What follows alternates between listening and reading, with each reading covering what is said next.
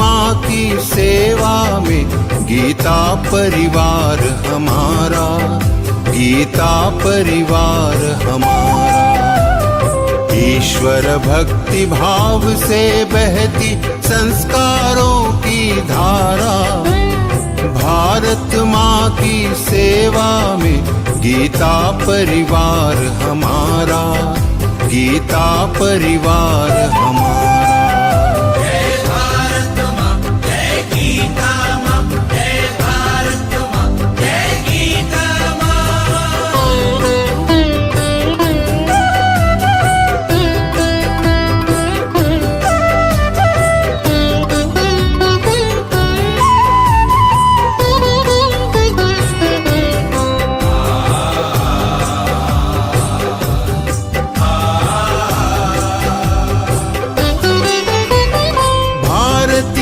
संस्कृति का वैभव जग में सबसे न्यारा। जय भारत माँ, जय गीता माँ, जय भारत माँ, जय गीता माँ। भारतीय संस्कृति का वैभव जग में सबसे न्यारा। ज्ञान और विज्ञान यहीं से सबने पाया सारा, सबने पाया सारा। कुछ भूलों से हारा फिर से जीते देश हमारा, गीता परिवार हमारा, गीता परिवार हमारा। जय भारत माँ, जय गीता माँ, जय भारत माँ, जय गीता माँ।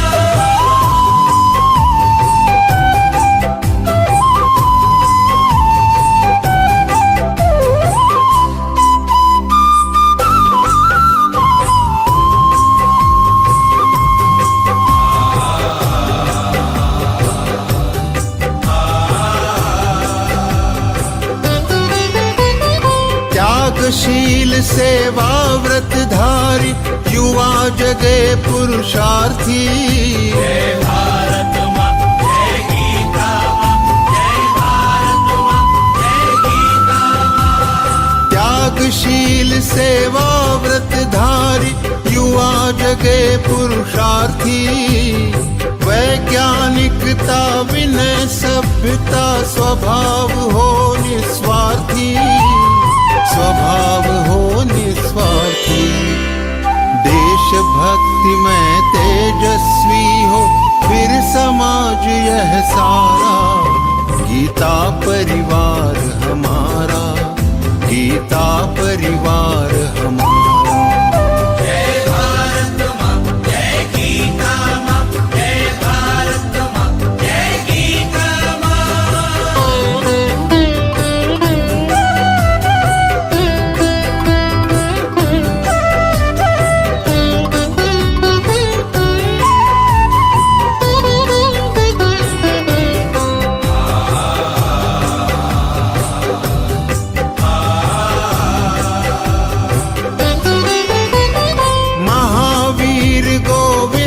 शिवाजी बुद्ध गगन के तारे।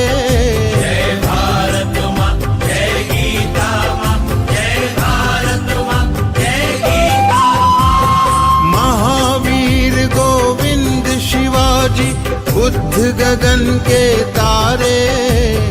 परंपरा की पुण्य चेतना उर में हम सब धारे, उर में हम सब धारे। बाल हृदय में उसे जगाकर जगे देश यह सारा, गीता परिवार हमारा, गीता परिवार हमारा। जय भारत माँ, जय गीता माँ, जय भारत माँ, जय गीता माँ।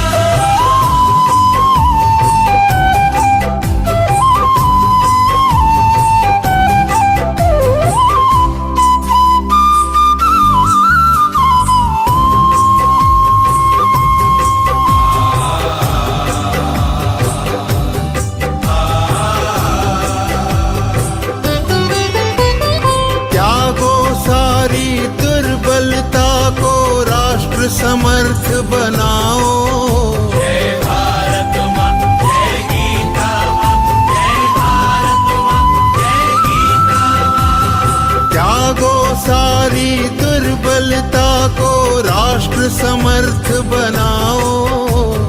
बंधु भाव समता ममता से सबको गले लगाओ, सबको गले लगाओ। चलो विवेकानंद मार्ग पर शुभ संदेश हमारा। गीता परिवार हमारा, गीता परिवार हमारा। ईश्वर भक्ति भाव से बहती संस्कारों की धारा।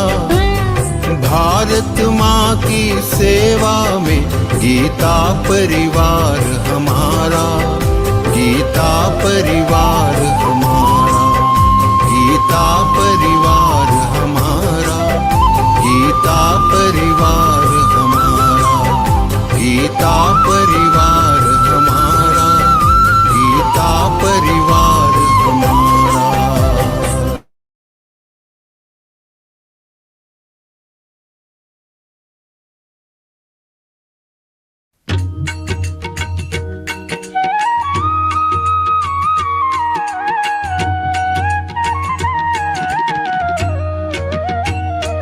अधरं मधुरं वदनं मधुरं नयनं मधुरं हसितं मधुरं हृदयं मधुरं गमनं मधुरं। मधुराधिपतेरखिलं मधुरं मधुराधिपतेरखिलं मधुरम्।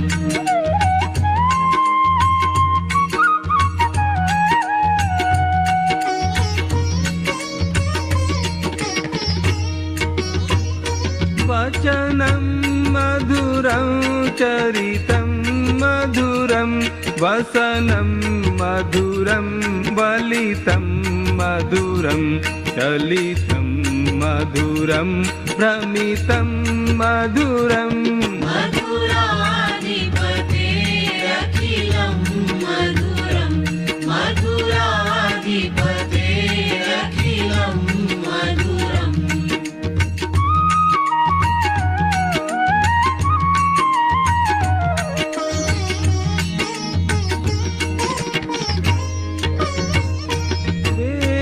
रेणुर्मधुरो रेणुर्मधुराः पाणिर्मधुराः पादौ मधुरौ नृत्यं मधुरं सख्यं मधुरम्।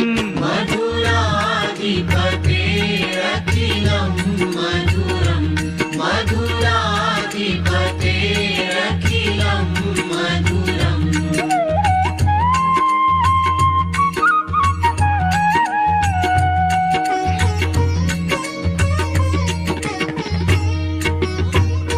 गीतं मधुरं पीतं मधुरं भुक्तं मधुरं सुप्तं मधुरं रूपं मधुरं तिलकं मधुरम्। मधुराधिपतेरखिलं मधुरं मधुराधिपतेरखिलं मधुरम्।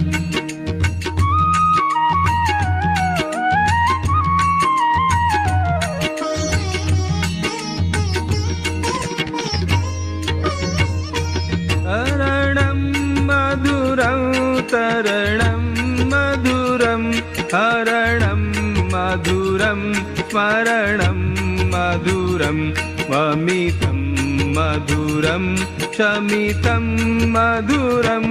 मधुराधिपतेरखिलं मधुरं मधुराधिपतेरखिलं मधुरम्।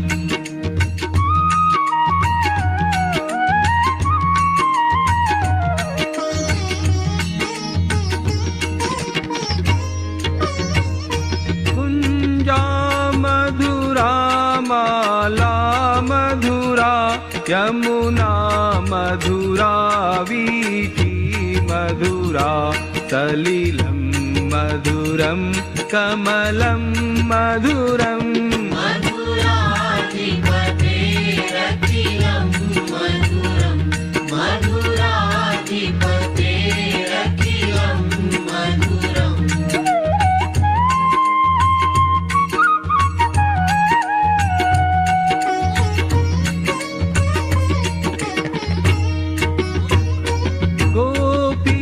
मधुरा लीला मधुरा युक्तं मधुरं मुक्तं मधुरं दृष्टं मधुरं शिष्टं मधुरम् मधुराधिपतेरखिलं मधुरं मधुराधिपतेरखिलं मधुरम्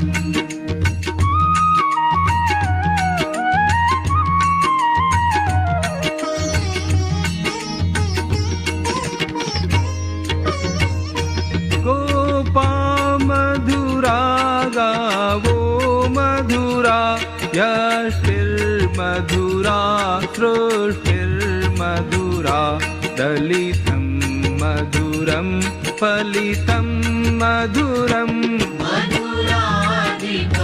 मधुराधिपतेरखिलं मधुरं मधुराधिपतेरखिलं मधुरं मधुराधिपतेरखिलं मधुरं मधुराधिपतेरखिलं मधुरम्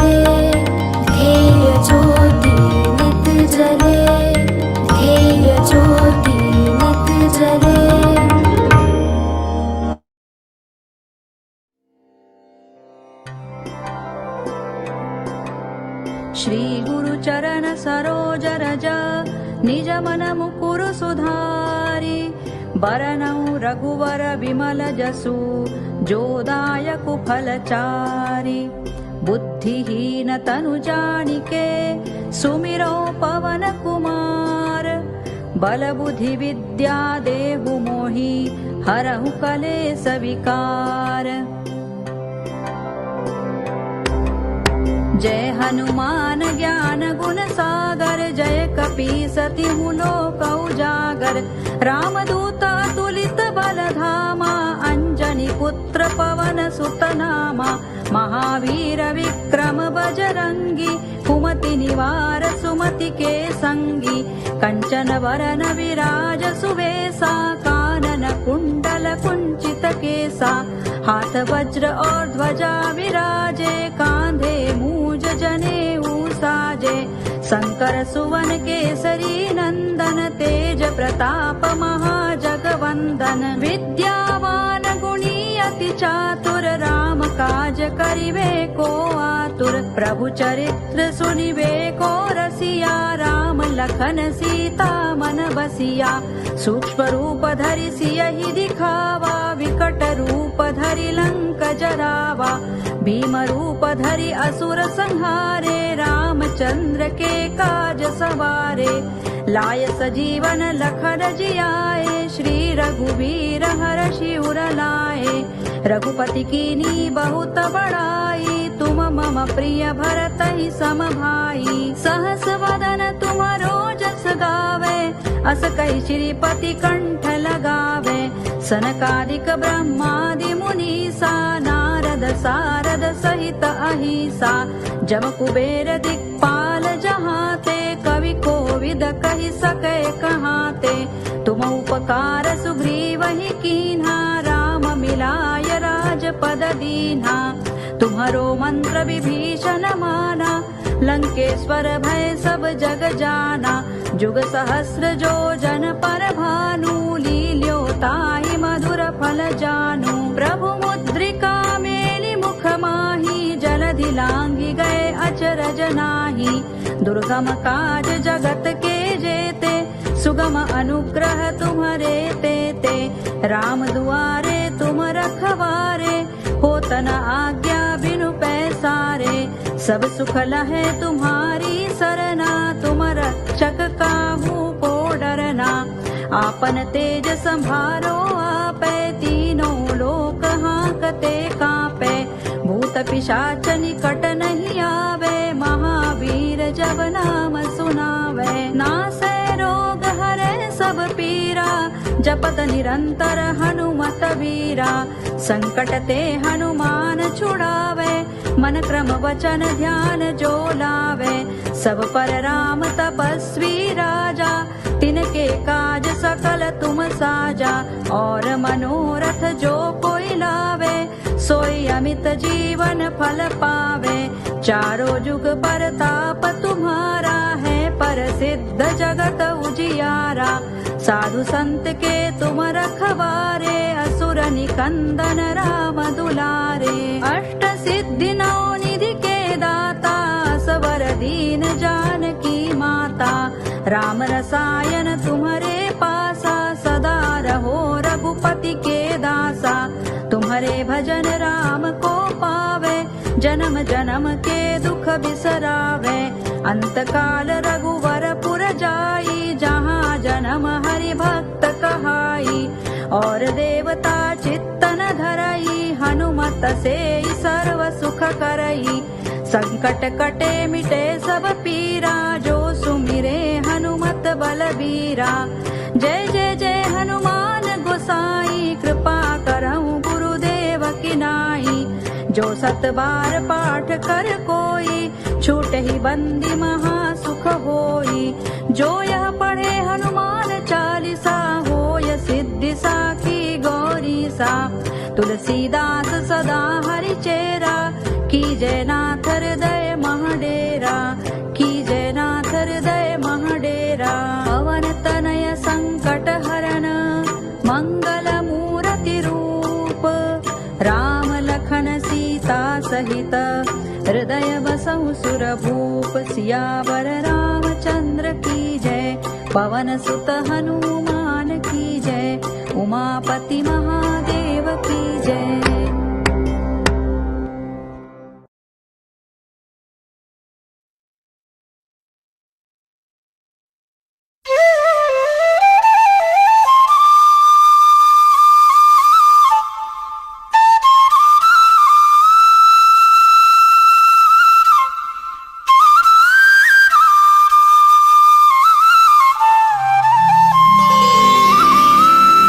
योगेशं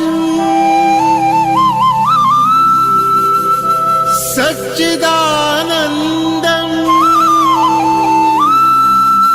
वासुदेवं व्रजप्रियं धर्मसंस्थापकं वीरम्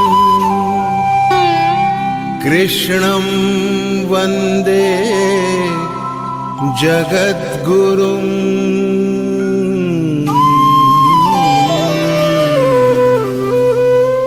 ईश्वर Jai Shri Krishna, and a very warm welcome to all sadhaks gathered this evening for the first Vivechan session on chapter 12, which is Bhakti Yoga. I start with my head bowed in devoted and sincere homage on the lotus feet of Purushottam Bhagavan Shri Krishna and Param Pujya Swami Govindev Giriji Maharaj. May we always be blessed with their guidance and blessings in our lives. And with immense joy and reverence, it is my privilege to let you know that Param Pujya Swami Sri Govindev Giriji Maharaj, who is devoting every moment of his life for the restoration of the Sanatan culture, for his incomparable contribution, will be honored with the Padma Bhushan Yuga Tulsi Pandit Ram Kinkar Upadhyay National Award by the government of Madhya Pradesh on 31st July. Indeed, a moment for all of us to pay our reverence to him. Set amid the din of the battlefield, Bhagavad Gita, through discussions between Bhagavan Shri Krishna and Arjuna, explores profound philosophical, ethical, and spiritual matters. Chapter 12, though the shortest with just 20 shlokas, holds immense spiritual significance as it focuses on Bhakti Yoga, the path to devotion. It emphasizes devotion as a path to spiritual liberation. It highlights the importance of love, surrender, and a pure heart in connecting with the Supreme Divine. Mastering this chapter grants the essence of devotion and its transformative power. Prayer is the earnest yearning of the soul for the Paramatma, and it is our age-old tradition to invoke the Almighty at the beginning of an important event. Today, I would like to call upon Shraddha Khaitanji to deliver our prayer.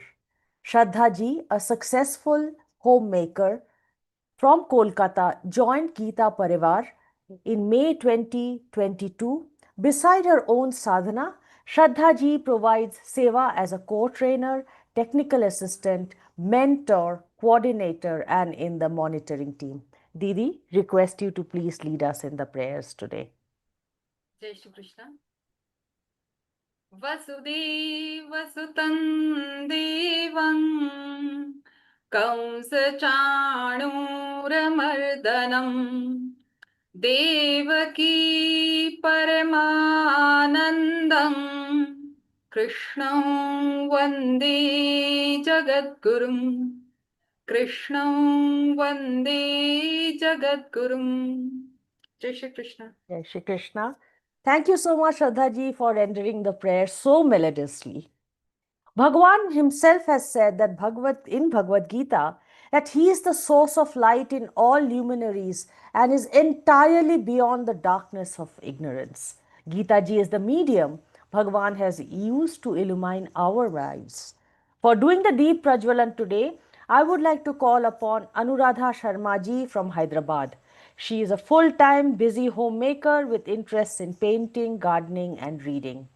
Having joined Gita Pariwar in July 2020, Anuradha ji provides seva as a technical assistant, pracharak, and a fellow anchor. Anuradha ji, may I request you to please light the lamp of knowledge on our behalf.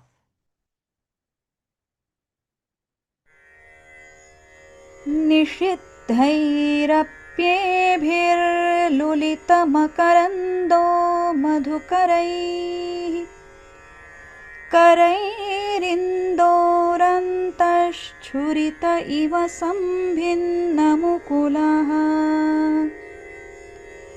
विधत्तां सिद्धिन्नो नयनसुभगामस्य सदसः प्रकीर्णः पुष्पाणां हरिचरणयोरञ्जलिरयम् शरदिन्दुनिभां शुभ्रां शुभ्रवस्त्रैरलङ्कृतां कलहंसकृतावासां वरदां शारदां नुमः. Thank you so much, Anuradha ji, for taking us into your mandir and giving us a view of Bhagavan's glory. Thank you so much. As we know, the Learngeeta program of Gita Pariwar has now completed 5 glorious years. We are celebrating this milestone through a series of offline and online events between 22nd June and 3rd August 2025. We all can be part of it by organizing events in our homes, in our neighborhood temple, or even in a garden by having some event done in celebration of this. Let us all joyfully and enthusiastically celebrate the completion of these 5 glorious years. Also, you can share the website link of our Vivechan library, which is www.vivechan.learngeeta.com, to your family and friends. Please also share the Zoom, YouTube, and Facebook links of the weekend Vivechans with them, even if they have not yet joined Gita Parivar, so that they too can reap the benefit of this invaluable learning and can embark on the spiritual transformative journey. And now, I'm profoundly delighted and honored to introduce our beloved, young, and dynamic speaker for the evening, Gita Vrati, Gita Pravina, and Vedanta Acharya, respected Rupal Shukla ji. Rupal ji, disciple of Param Pujya Swami Govind Dev Giriji Maharaj, joined Gita Parivar 10 years ago at a very young age. It is thus no surprise that she can effortlessly chant all 700 shlokas of Gita ji from memory. Rupal ji is an Acharya in Advaita Vedanta from Chinmay Vishwa Vidyapeeth, Kochi, and currently pursuing her PhD from Benaras University. Besides her own personal sadhana, Rupal ji is deeply committed to seva. She is currently the international program coordinator for the Learngeeta program that very efficiently runs online Gita classes across 180 countries in 13 languages and 22 time slots. She also leads the technical department and the literature team of Gita Parivar that, amongst many others, prepares the PDF and the grammar books for all of us. She is a Vivechak par excellence, giving her discourse in simple words with relatable examples and practical approaches.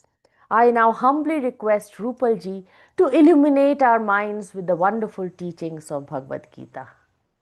Rupal ji.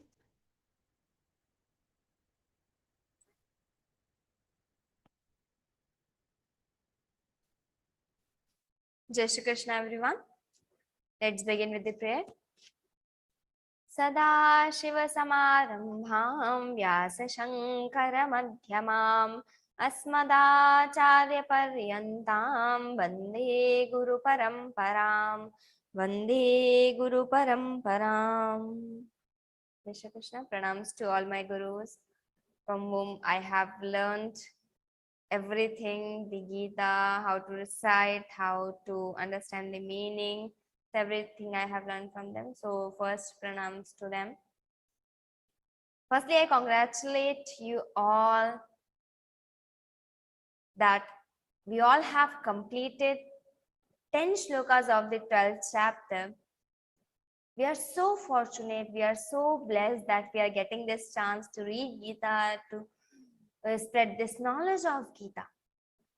In 18th chapter, the Lord himself said, 68th and 69th shloka, Yaimam Paramanguyyam Madbhakte Shwabhidhasyati Bhaktim Mai Parang Kritva Mame Vaishyatya Samshayaha Nacha Tasman Manusheshu Kaschin Me Priyakrittamaha Bhavita Nacha Me Tasman Anyah Priyataro Bhuvi Anyah Priyataro Bhuvi Kaschin Me Priyakrittamaha. The Lord said, on this whole earth, whoever will teach Gita, whoever will read Gita, whoever will live Gita, that will be my most favorite. Krittamaha, the superlative degree Lord told here. So we are so fortunate, we are so blessed that we are getting this chance. There are so many people, they are wishing to learn Gita, but they're not getting even this chance. But we have got this chance. And on very first day, we were afraid that we would be able to recite these shlokas perfectly or not, or we can just chant these shlokas or not. We don't have any Sanskrit background. We never even spoken Hindi. We don't understand Hindi. And how we would be able to learn the shlokas, Sanskrit shlokas? But Gita Pariwar given us this belief that we can do this. And now, after 1 week of our registration, we have learned 10 shlokas and we are so confident that we can complete our Gita now and be a Gita Vriti. Keep walking on this path and keep learning Gita, because we have got this chance, so we should take complete benefit of it. We are here to understand the meaning of Gita. We all know Gita, we all know this Arjuna, we all know Krishna, but there is much more to know. Everyone wants to know. If we say in Bhagavad-Gītā, all the questions answers there. So we want to know what is there for us, and we should know. So, here 12th chapter, here we sometimes think that why we are starting with the 12th chapter. Why not from first chapter? Some people joined the group and they left. They thought they are sending the wrong chapter, 12th chapter. When they messaged us, they called us. We told them, no, this is level 1 pattern. We will teach you 12th and 15th chapter. So why we are starting with the 12th chapter? So the reason is, 12th chapter is the smallest chapter in Gita. Only 20 shlokas. And again, the 15th chapter is the second smallest chapter. It is also having 20 shlokas only, just the meter difference is there. So, we are starting with the 12th chapter, because if we start with this chapter, after learning these 20 shlokas, we would be having that confidence that, yeah, we have completed 1 chapter and there are only 18 chapters. So, we can go further on this path. If we start with the first chapter, there are 47 shlokas. When we learn these 47 shlokas after first chapter, we will say, no, I can't do that. This is so long. So getting that confidence is important, that I can recite the shlokas perfectly. Yes, I can also learn Gita. That is the one thing. And another thing is, this is Bhakti Yoga. The devotion of yoga. The yoga of devotion, this is Bhakti Yoga. If we are not having that much time, after learning this chapter, we would be so confident that yes, we have got this Bhakti part. This Bhakti Yoga we have learned. This yoga of devotion we have learned. So because this is Bhakti Yoga, we started with this so that if we are not having time after this chapter also, so we will be having that devotion with us. So we started with this Bhakti Yoga, the the 12th chapter. This was the reason. Now, after completing 10 shlokas, we are gathered here to discuss and to know the meaning of 12th chapter, starting 10 shlokas.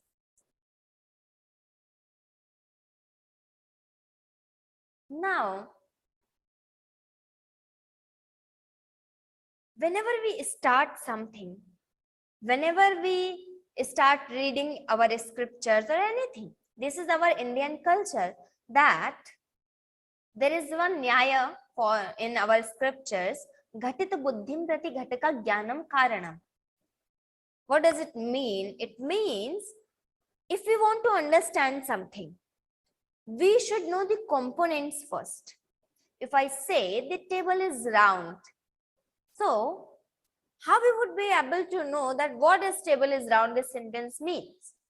So if we know what does the table mean, what is the meaning of table, and again what is the meaning of round, and why the is there. So if we know the meaning of all these three words, we would be able to catch the meaning of the sentence. So ghatita buddhim prati ghataka jnanam. Ghatita buddhi means I have understood that. So ghatita buddhim ghataka jnanam karanam, the components knowledge. So here also, when we are going to discuss, when we are going to know the meaning of 12th chapter, we should know the components first. So what are the components here? We all know that this Bhagavad-Gītā is the talk between Krishna and Arjuna. So here there are three components. First is Arjuna. Second is Gita. And third is Lord Krishna, we all know. We already know all these three personalities and the Gita also, but still there are some points we should know. Sorry. So there are some points we should be aware of that. Some hidden points might be, you must be knowing that, but still we can revise that. Revision is always better. So first we will start with Arjuna. Who is Arjuna? Whenever we get this name Arjuna, whenever we start thinking about Arjuna, we always think that Arjuna must be in his late 30s, having sweat on his forehead and so tense, so depressed, and he's like in depression, so stressed that I don't want to fight Krishna. I'm not gonna fight. He sat on the chariot. So we are thinking that Arjuna is like us. He is also stressed like us. He is also depressed like us, as we do. He is having sweat on his forehead as we do.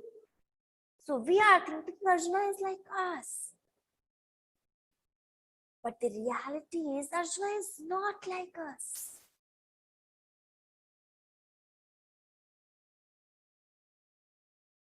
Arjuna is 84 years so mature guy. 84-year-old, not in his late 30s. Arjuna never got defeated by anyone in his life. He won over thousands of battles. He even made satisfied Lord Shiva in Malla Yuddha. Malla Yuddha is wrestling. He satisfied Lord Shiva.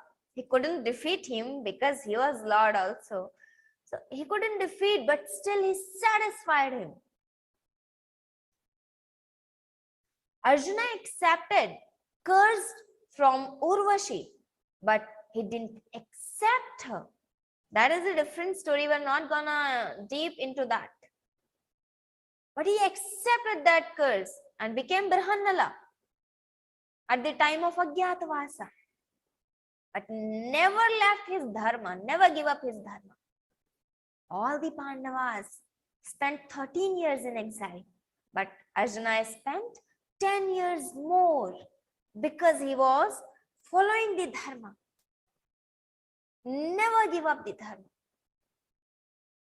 Arjuna got the name Gudakesha. What is the Gudakesha? Gudakesha means who has won over his sleep. and not by any vardhana or something. He did so much tapas for that. Actually, he wanted divine weapons from the lords, divyastras. So he wanted to do tapas, and whenever he feels sleepy, that sleep disturbs his tapas. So what he does, okay, now I'm not gonna sleep, I will win over my sleep. So he just selected one tree at the bank of the river, and that tree's branch was going in that river. So that was the situation. What he used to do for 6 months, he repeated that cycle. He used to go and sitting on that branch. Whenever he feels sleepy, he falls down. Again, he goes back and sitting on that branch. And whenever he falls down, again he falls in that river. Again, he goes back, sitting on that branch, again feeling sleepy, again falling down. So this was happening. But after 6 months, Arjuna won over his sleep.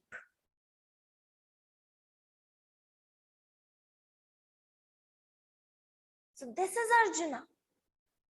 Arjuna is not like us. We are thinking, Arjuna went Sasharira Swarga with his body.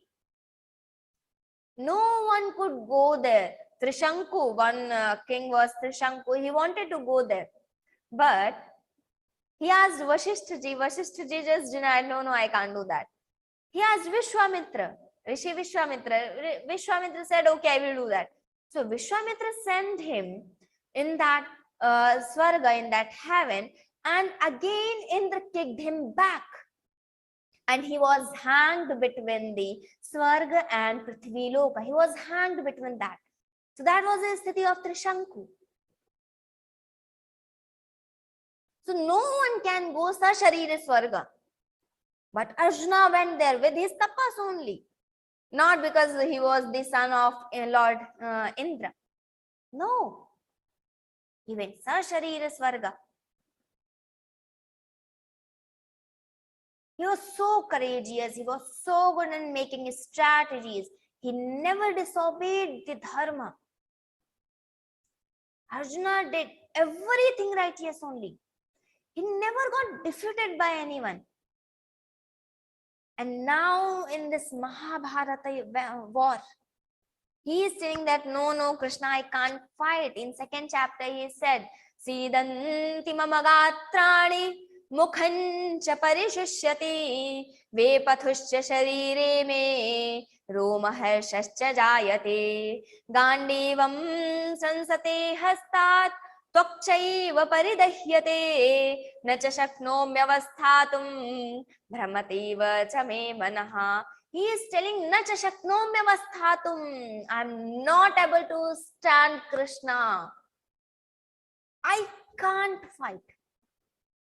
Arjuna has taken vow that if anyone will make me to put this Gandiva bow down, I will kill that person.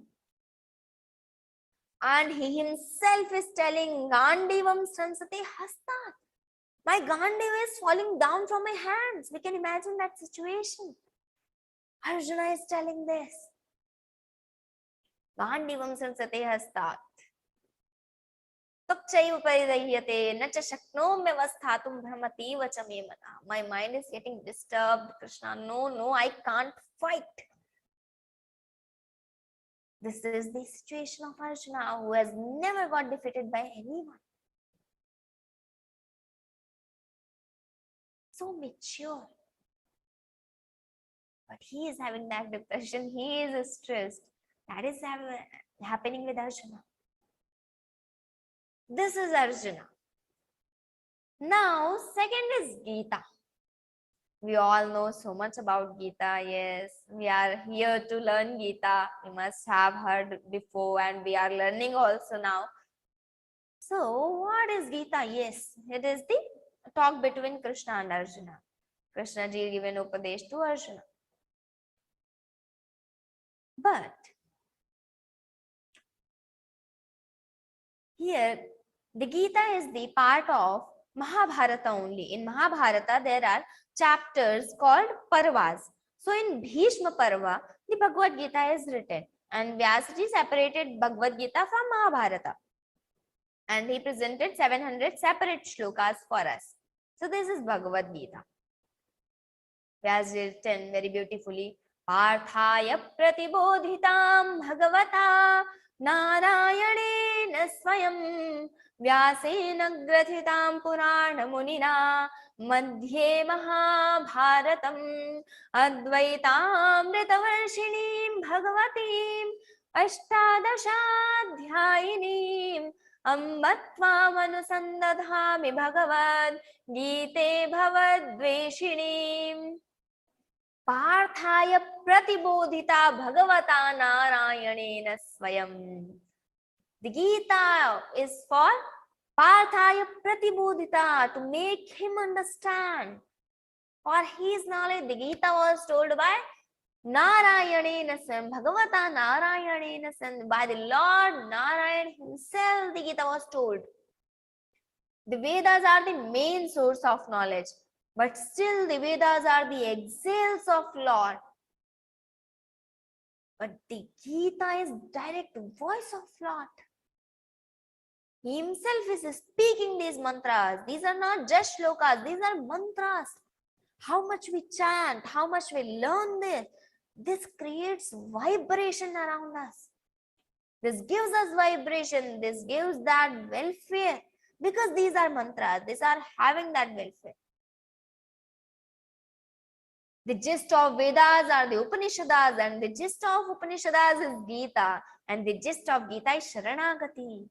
And Sharanagati is the sar of the 12th chapter, the Bhakti Yoga. That's why we are starting with the 12th chapter. So this is Gita. Now the question comes, why Krishna ji told this Gita to Arjuna only? Why to not Duryodhana? Why to not Dushasana? Why to not anyone else? Why to only Arjuna? So in Shankar Bhashya, Bhagavan Shankaracharya wrote very beautifully, Gunadhikaihi grihitaha anushthiyamanascha dharmaha prachayangamishyati. So, who's having many qualities? Who's having more qualities than others? Gunadhikaihi. Who's having more qualities? If anyone should be conveyed to them, that will be prachayangamishyati, that will be spreaded. But who's not having gunadhikayi, who's not having so many gunas, if the thing is told to them, that will not go to prachayangamishari, that will not be studied that much. If Lord Krishna has told this Gita to Duryodhana, we must not have this book now to read it. But Arjuna, now how we are just justifying that, and how we are judging that Arjuna is having so many qualities, gunadhikahi, why we are telling he is having adhika gunaha, more qualities? So in 16th chapter, Lord Krishna is going to tell this himself in 5th shloka. In level 2, you will be getting that 16th chapter to know. 5th shloka.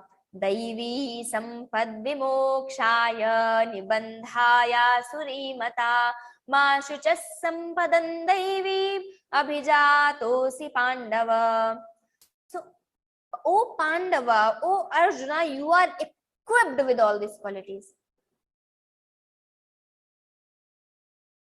Ma shuchah sampadan daivim abhijatosi. Daivim abhijatosi Pandava. Actually, the 16th chapter started with 26 divine qualities.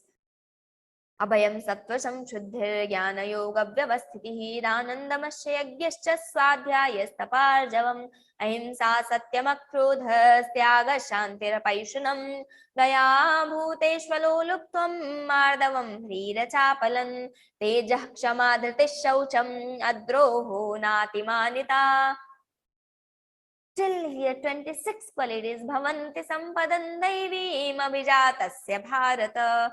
Arjuna, you are already having these 26 qualities. You don't need to worry. Ma shuchaha. So here the Lord told Arjuna, you already have these qualities. Gunadhikaihi. Arjuna already having this. Arjuna did everything right, yes, only in his life. That's why he was so lovable to Krishna. So the Gita was told to Arjuna. Gunadhikai. The reason was Gunadhikai Adhikyatvat.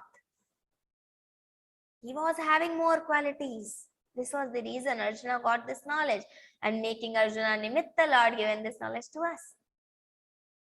So the Gita is the gist of Upanishads, this teeny tiny granth, only 700 shlokas, having all the answers of this entire word. Whenever you want to search, we can just open Gita and we can find our answer. If we have that belief, we will get that surely. So many great saints, so many scholars, whatever they found in Gita. If we have studied everything but not Gita, it's not done. But if we have studied Gita but not anything else, that is done. That's fine, because Gita is having everything. So just read Gita. We are not having so many years to read Vedas, to read Upanishads. That will take longer time. But if we read Gita, we know the Gita, we have got all the gist of all these scriptures. Gist of gists. There are 1800 authentic commentaries written over Gita. 1800, I'm not talking about translations. Bible is spread all over the world, but it is having 1300 translations, not commentaries. But Gita is having 1800 commentaries and authentic commentaries. If we count the number, not only authentic, so the number is of commentaries in lakhs. How many lakh people have written? So 1800 is the authentic commentaries. Whoever we talk about, Mahatma Gandhi, Vinoba Bhave Balagangadhar Tilak, Einstein, Shankaracharya Bhagwan, anyone we talk about, whatever they found best, they found in Gita. Gandhiji used to say, Gita Mata. Gita is my mother. So this is Gita, having 700 shlokas. Now, the Krishna. We all know Krishna very well. Actually, we know everyone. But yes, one point just I would like to tell about Krishna ji, Lord Krishna. We all know that he accepted the charioteer's role for Arjuna in this Mahabharata war. He was a charioteer for Arjuna's chariot. So, Arjuna asked him in first chapter, Senayor Ubhayor Madhye Ratham Sthapayamechyuta. He just instructed him, hey Achyuta, just take my chariot in between both the armies, so that I can see the opposite army also and I can see my army also. How much they have done the preparations and who is there, who is in my side, who is in the opposite side. Just ask, Senayor Ubhayor Madhye Ratham Sthapayamechyuta. He asked Krishna. But here, what Krishna ji did? He didn't stop the chariot in front of Duryodhana and Dushasana. Arjuna was so eager to kill them. He was so angry on them, though. I will go and I will kill them. I will just take the revenge of Draupadi's insult. He was eager to kill them. But Krishna didn't do that. What Krishna ji did? Krishna ji took the chariot and stopped in front of Dronacharya and Bhishma Pitamaha. He stopped the chariot in front of them. Why he did so? Because he wanted to give this Gita Jnana for us. What is the connection? He stopped the chariot or whatever he did. Sorry. What is the connection there? So, Arjuna loves them so much. Arjuna is so lovable to everyone, each and everyone. Krishna loves Arjuna so much. Bhishma Pitamaha loves Arjuna so much. Dronacharya loves Arjuna so much. So now, why they are fighting from the Kaurava Paksh? Why not from the Pandavas? Because they were bounded. from some pledge or they had taken the some pratigya, so they will fight from Hastinapura only. So they can't go in Pandava's side, even they knew they were right. So Arjuna loves them. When he sees Bhishma Pitama in front of him, Dronacharya is in front of him, his guru. Now what to do? I can't just use bow on them. I can't kill them. He got, no, I can't fight. Now mukhancha parishishyati vepathusya sharire me roma harshascha jayate. We think our situation, if our family is in front of us and we love them so much, how we can do that? Arjuna was also so depressed. No, I can't do that. So difficult for me. But Krishna ji did all the operation there and he told the 700 Shloki Gita. So he stopped the chariot in front of Dronacharya and Bhishma Pitama. When all the Pandavas and Kauravas had completed their studies, they needed to present that in front of all the members of that meeting.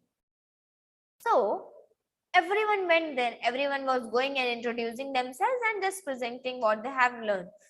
So everyone gave a long introduction. I am Duryodhana, I am the king of this great kingdom Hastinapura, I am the son of the king Dhritarashtra, and like this long Mahavira, Mahabalashali, like this. They were telling long introduction, everyone. But when Arjuna went there, what Arjuna told? I am Arjuna, the disciple of Dronacharya, going to present what I have learned. Everyone was looking at him. Everyone was waiting. He must say something else. But he just started. Oh, then Dhritarashtra stopped him. Wait, Arjuna. Don't you have any other identity? Dhritarashtra asked him. But Arjuna said, when I am going to present my Vidya, I just have one identity. Who is my guru? From whom I have learned this. I have only one identity. Dronacharya never taught the Brahmastra to his own son, but he taught that Brahmastra to Arjuna. Not even anyone else other than Arjuna. Arjuna knows the Brahmastra, but no one else. Bhishma Pitama used to wear white clothes like I am wearing right now. So Shweta Vastrani, he used to wear white clothes. So whenever all the Pandavas and Kauravas come back after playing, everyone is having so much dust. Bhishma Pitama loves Arjuna.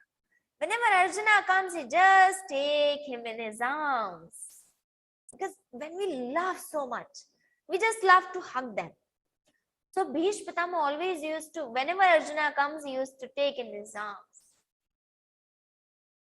Everyone asks him, you are wearing white clothes, you will need to change, you will need to wash and everything. So, no, okay, it's fine. But he can't stop himself without loving Arjuna. So everyone loves Arjuna so much. So Krishna ji stopped the chariot in front of Dronacharya and Bhishma Pitama intentionally, that Arjuna will say that I can't fight and then I will give this Gita Jnana to him, making him nimitta to everyone. And he knew that we will be sitting here and we will be just reading these shlokas and getting this meaning of Gita. So he did that. Now let's start with the 12th chapter. This was the preface. The Gita, the Krishna, the Arjuna, we got to know little bit about them. Now the Bhakti Yoga, 12th chapter. We are starting from here. From 1st to 10th chapter, Lord explained the unmanifest Lord's worshipping. Nirguna Nirakara Brahma. In 8th chapter, Aksharam Brahma Paramam Swabhavoddhyatamuchyate Bhutabhavodbhavakaro Visargah Karma Sangitaha. So he explained from 1st chapter to 10th chapter the Nirguna Nirakara Bhakti. Now in 11th chapter, ending 55th shloka, Mat karma krin mat paramo mad bhakta sangavarjitaha nirvairas sarva bhuteshu yes samameti pandava. So he told this Saguna Sakar Bhakti, the manifest Lord's worshipping. Now Arjuna got confused that Lord, till 10th chapter it was fine that only Nirguna, the unmanifest Lord was there. Now he is telling about manifest Lord. So he got confused to whom I should worship. So he is just explaining his Shanka, what doubt he has now. In 12th chapter, first shloka, let's start. Evam satatayukta ye bhaktasvam paryupasate ye chapyaksharam avyaktan teshanke yoga vittamaha. Arjuna is telling here, those devotees who are ever integrated, thus meditate on you. He is telling that Evam satata yuktaye. O Lord, O Krishna, the person who is ever integrated with you, satata yuktaha, always connected to you. Not I am just right now I am thinking of Lord, but at next moment I will be forgetting him. No, not like that. Satata yukta. Here he told. So who are ever integrated with you and thus they worship you. Bhaktaha tvam pariupasate. They worship you pariupasate. Ye chapi aksharam avyaktam pariupasate. We will just connect that word here also. So who worship this akshara brahma? Avyakta Brahma. So what about them? Who is the better knower of the yoga here? Who is better? He is asking, his question is. But be careful. This question is not about the Lord. That unmanifest Lord is best or the manifest Lord is best. Because we are not having that. We are just having limited mind. We can't think of that which Lord is that. No. Unmanifest is best or the manifest is best. No. We can't think that. He is confused between the ways because we have both the ways. Bhakti Marga is also there to reach to the God and the Jnana Marga is also there to reach to the God. Now, why we want to reach to the God? What is the need there? We are just enjoying our life. We are living here and we are coming on this earth. We are having the Bangalore also, car also, bike also. We are just enjoying our life. What is the need to get that happiness? Actually, our ultimate goal is to get happiness only. Why we all are doing all this? Why we are doing job to get money? Why we are getting money? Whatever we want to do, we will be doing that. And we will be getting happiness only. For happiness, I am doing everything. All the studies, marriage, and the children, the money, everything we are doing for happiness only. In 15th chapter, the Lord said, Mamaivamsho jiva loke jiva bhuta sanatanaha manashasthani indriyani prakritisthani karshati. So in 15th chapter, the Lord said, Mamaivamsho jiva loke, my portion only living on this earth, being jiva bhutaha, being jiva, being this human body, this human. Lord is telling you are my portion. So we ultimately know that we are the portion of Lord only. And we want happiness. That is one aspect of life, getting happiness. Okay, our life is dependent on that, getting happiness. So, our Swarupa, our real Swarupa, that oneself, the Lakshana of that, characteristic of that oneself is Satchidananda Rupa, Ananda Rupa. Our self is just that Ananda Swarupa only, complete ultimate happiness. So if we want to get happiness only, so for all the time, why to just struggle for all the life? Try to and strive to get that Lord. Start walking on that path. You see, you can just differentiate seeing two person. One is worshipping and one is not worshipping. Who's worshipping, their mind will be so calm. They will be having so peace. Because how much we are near to the Lord, because they are having that Ananda Swarupa, that will be reflected in me also. I will be happy. So how much we walk on that spiritual path, how much we start reading Gita, how much we start getting that Lord and meditating that Lord, we start being happy automatically. How it happens? Because if there is bulb, if there is light, I will go near to the light, I will be shining. That light will reflect on my face. The same principle applies here. The Lord is Satchidananda Swarupa. How much I go near to that, that happiness will be reflecting in me. I will be happy. So ultimately, I want happiness only. So try to get that unbreakable happiness. By that kshanik, that momental happiness, that will be destroyed. But this is not going to destroy. So here Arjuna just put his doubt, that I am having that doubt, that which way is better? Who is the better knower of the yoga? The Saguna Sakara Bhakta or the Nirguna Nirakara devotee? What is best? Manifest worshipping or unmanifest worshipping? So Lord Krishna now going to speak. For long this was awaited and we were wishing what Krishna ji will say here, because he explained both the ways. So in second shloka he is telling, Śrīmad-Bhagavadgītā Mayyāveshya mano ye man nitya-yukta upasate Shraddhaya parayopetaste me yukta tamamataha. The Lord is telling here, Mayyāveshya mano ye man nitya-yukta upasate. The Lord said, those whoever integrated with me and possessed of supreme faith, Mayyāveshya mano ye man nitya-yukta upasate. Mayyāveshya. Aveshya is the word of avishta. Avishta means fixing. So Mayyāveshya, may means into me. So Lord is telling, who has fixed their mind into me and they are possessed with supreme faith. Mayyāveshya mano ye nitya-yukta upasate. They are just worshiping me with supreme faith. Mayyāveshya mano ye man nitya-yukta upasate. Upasate means worshipping, and nitya-yukta ever integrated. They are always connected, always worshipping that Lord. Not every time in 24 hours I am, how much I can, that will be done by me only.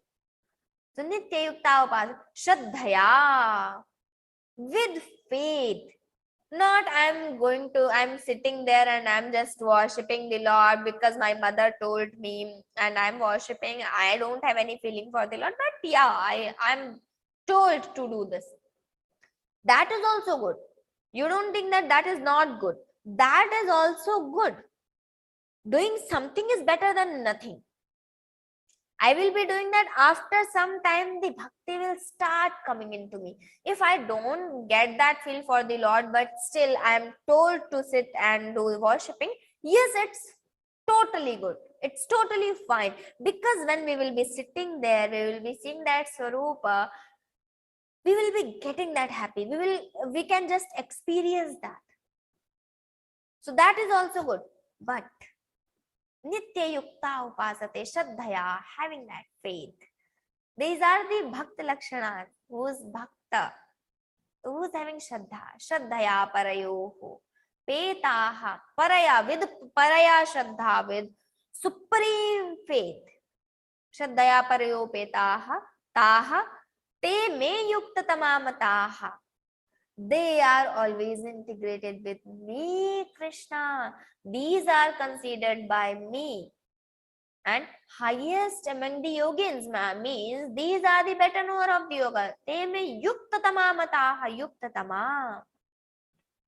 He told they are the best yogis. Now, Lord explained from first chapter till 10th chapter the Akshara Brahma Sarupa, that unmanifest Lord. Now he is telling the best is Saguna Sakara Bhakti, the manifest Lord worshipping. What is this? How he is telling that? So we'll just take one example. If I ask some children to just calculate 3 plus 3, okay. If I ask some elder person, okay, they will be calculating, yeah, 3, 3, 6, it's very easy, okay.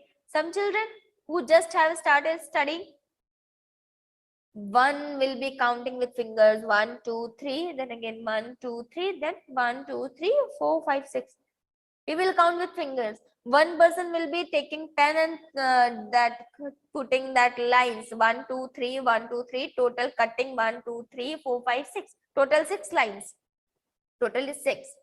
One person will be taking abacus. One person will be taking calculator to calculate that. And one person will be taking laptop or phone or anything. That doesn't matter. What is best for them? I can't say that fingers are best for you or pen is best for you or you can just do abacus and you can just use your mind. No. It depends on what is for them, where they are comfortable, what is easy for them. What is easy and where they are comfortable. They can easily do that. That is the best for them. So Lord also told here, this is Saguna Sakara Bhakti is best for you. Why? Not because it is giving more fruits, but Lord is so merciful. He always take care of us. He is saying this is best because this is easy. If we want to do this, we can do this easily. But if you want to do that manifest worship, that will be difficult for us. Lord will tell in further shlokas. So he is telling, this is easy, that's why this is good. So now what about the Nirguna Nirakara Bhaktas? Because this is possible, that's why this was described. And now what about them if it is easy and it is best? And so everyone will start doing this only. What about them who are worshipping that Akshara Avyakta Brahma? He's telling, wait, you just listen, I'm going to tell you. So from third shloka, he is going to explain those people. Yes. Ye tvaksharamanirdesyam avyaktam paryupasate sarvatra gamachintyancha kutasthamachalaಂ dhruvam. Here, the Lord is explaining that Akshara Swarupa. Ye tu Aksharam. Now, to whom we should call the Nirguna Nirakara.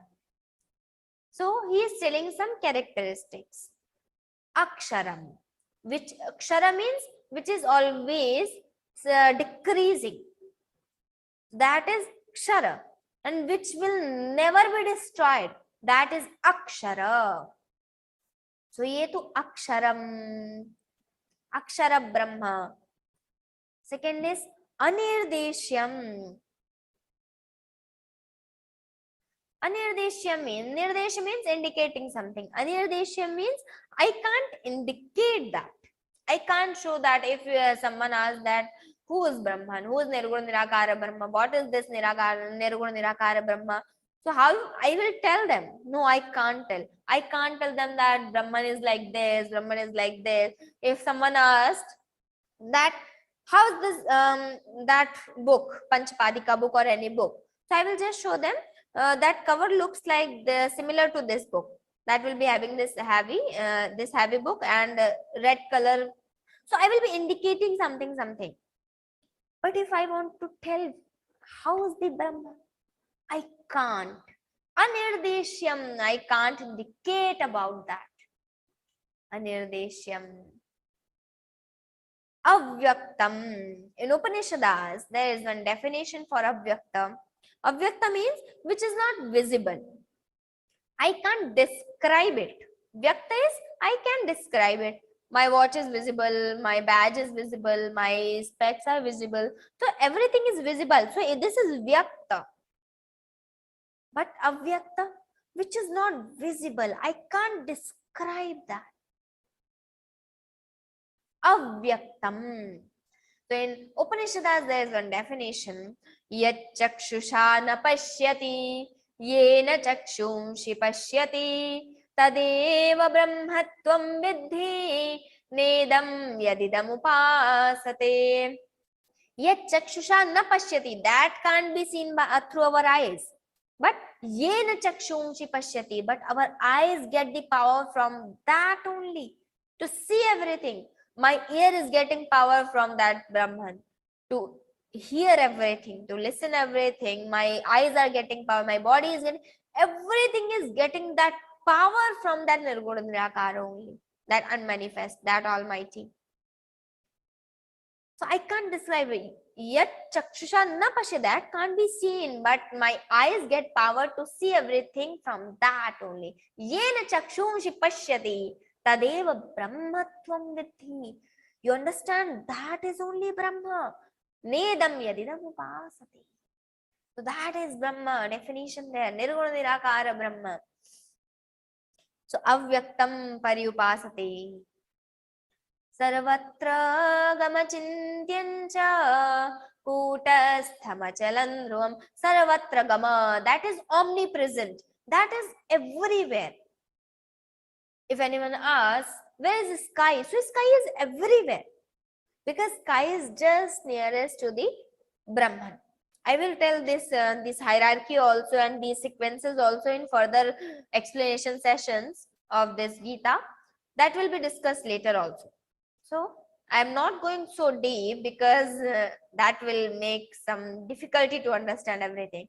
So we will be taking Upanishads and we will be taking Gita, all the meanings. So we will be making it easy and we will be going in these steps further.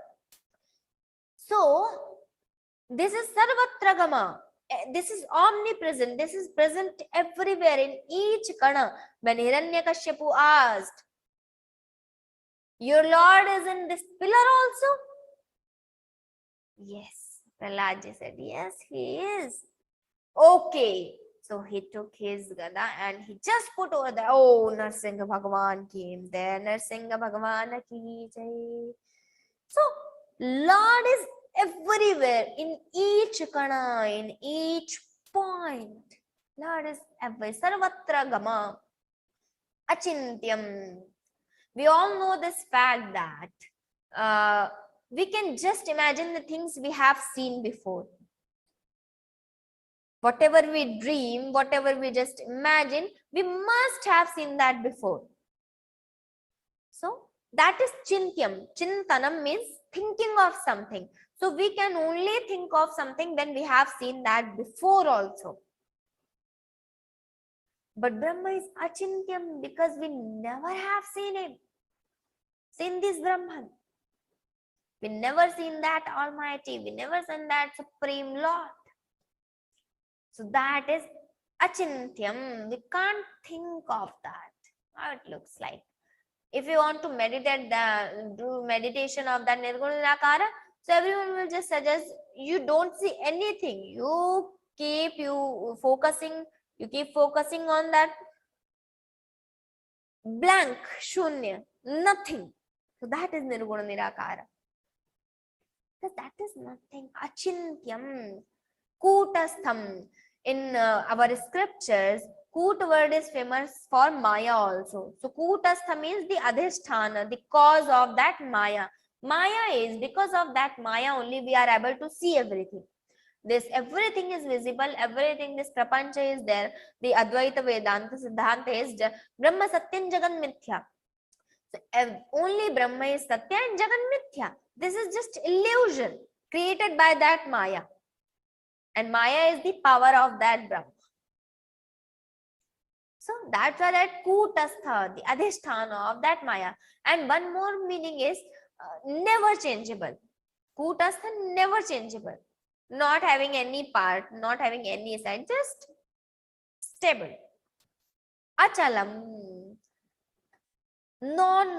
immovable. This doesn't move because this is Sarvatra Gama. This is present everywhere. So if I am everywhere, I am here. So I can just walk 2 steps and I can just change my place. But Brahma is everywhere. How it can go from one place to another? It can't go. That's why Achalam, Dhruvam, eternal. Because it is everywhere, it is achalam, that's why it is dhruvam, eternal. It will be, it was there, it is here, it will be there. Eternal. Now, fourth shloka is connected to this only. But fourth shloka is very beautiful. Let's see that. Sanniyam yendriya gramam sarvatra samabuddhayaha te prapnuvanti mameva sarvabhuta hite rataha.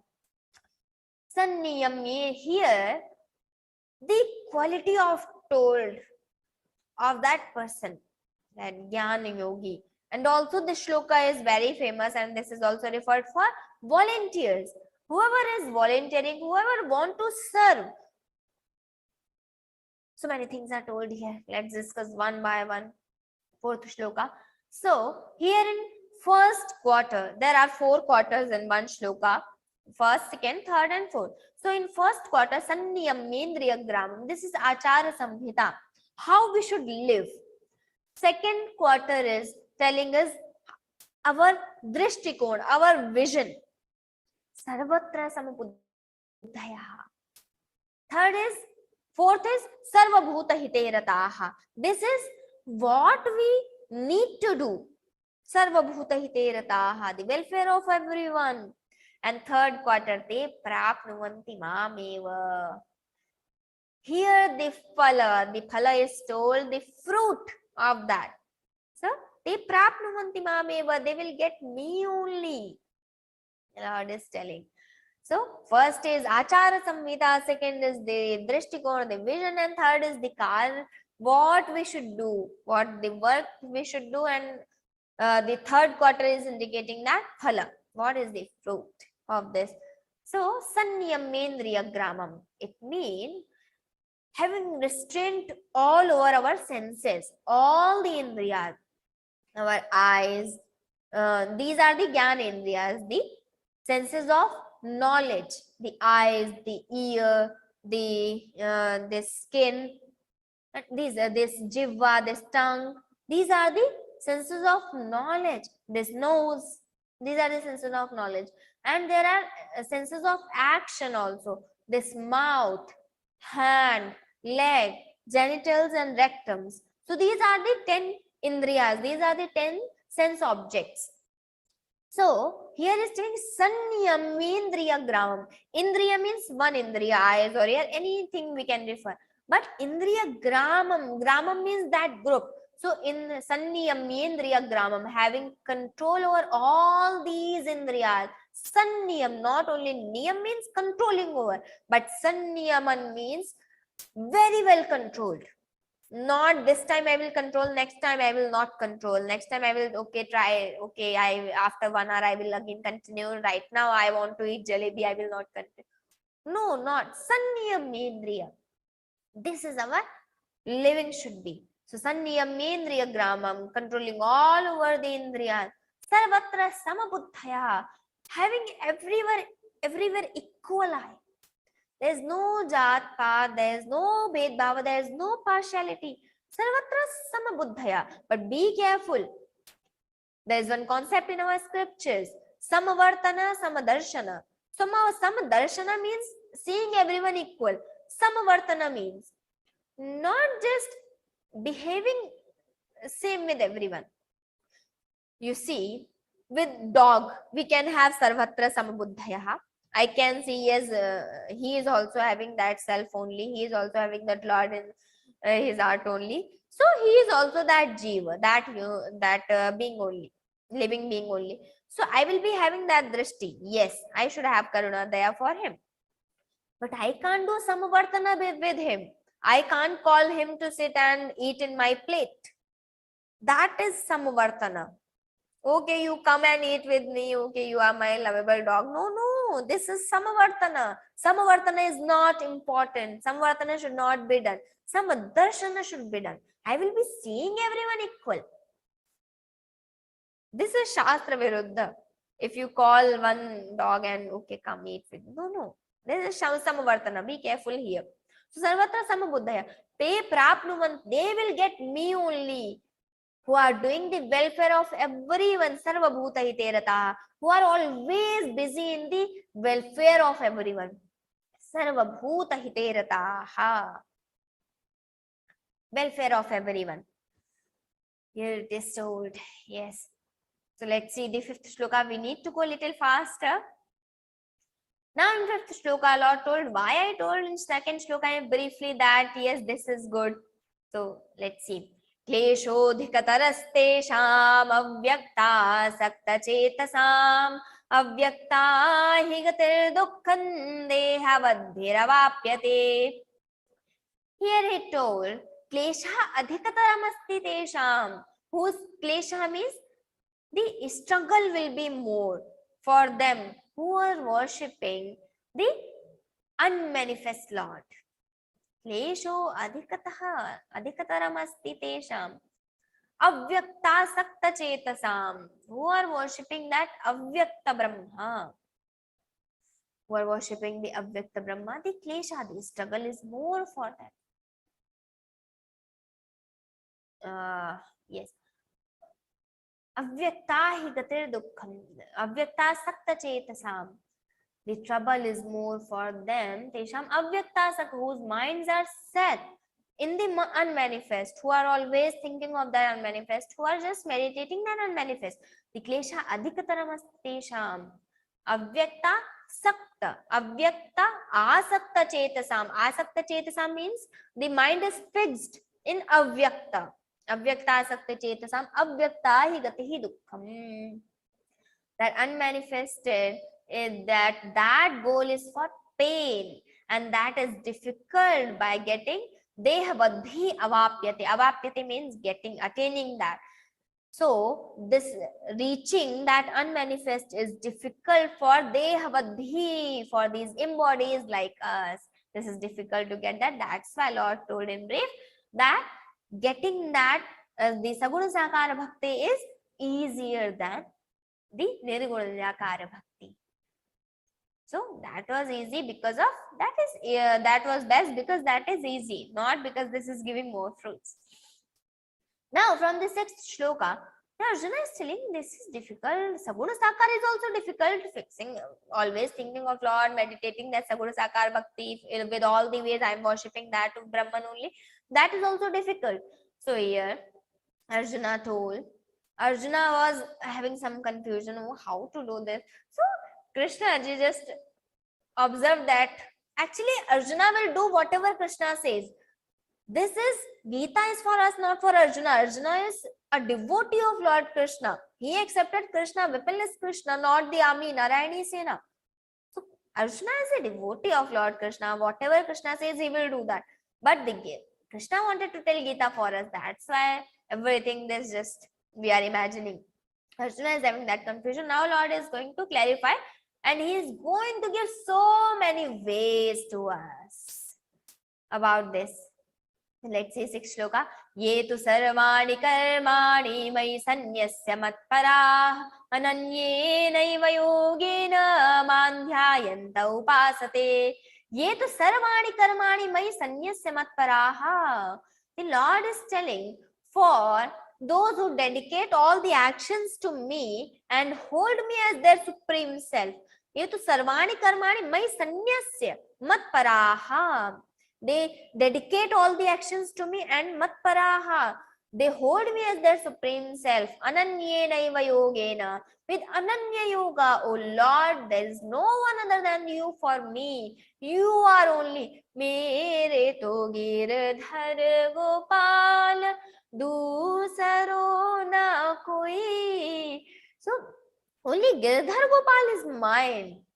So Lord, other than you, there is no one for me. This is Ananya Yoga. Ananyena iva yogena mandhyayanta upasate.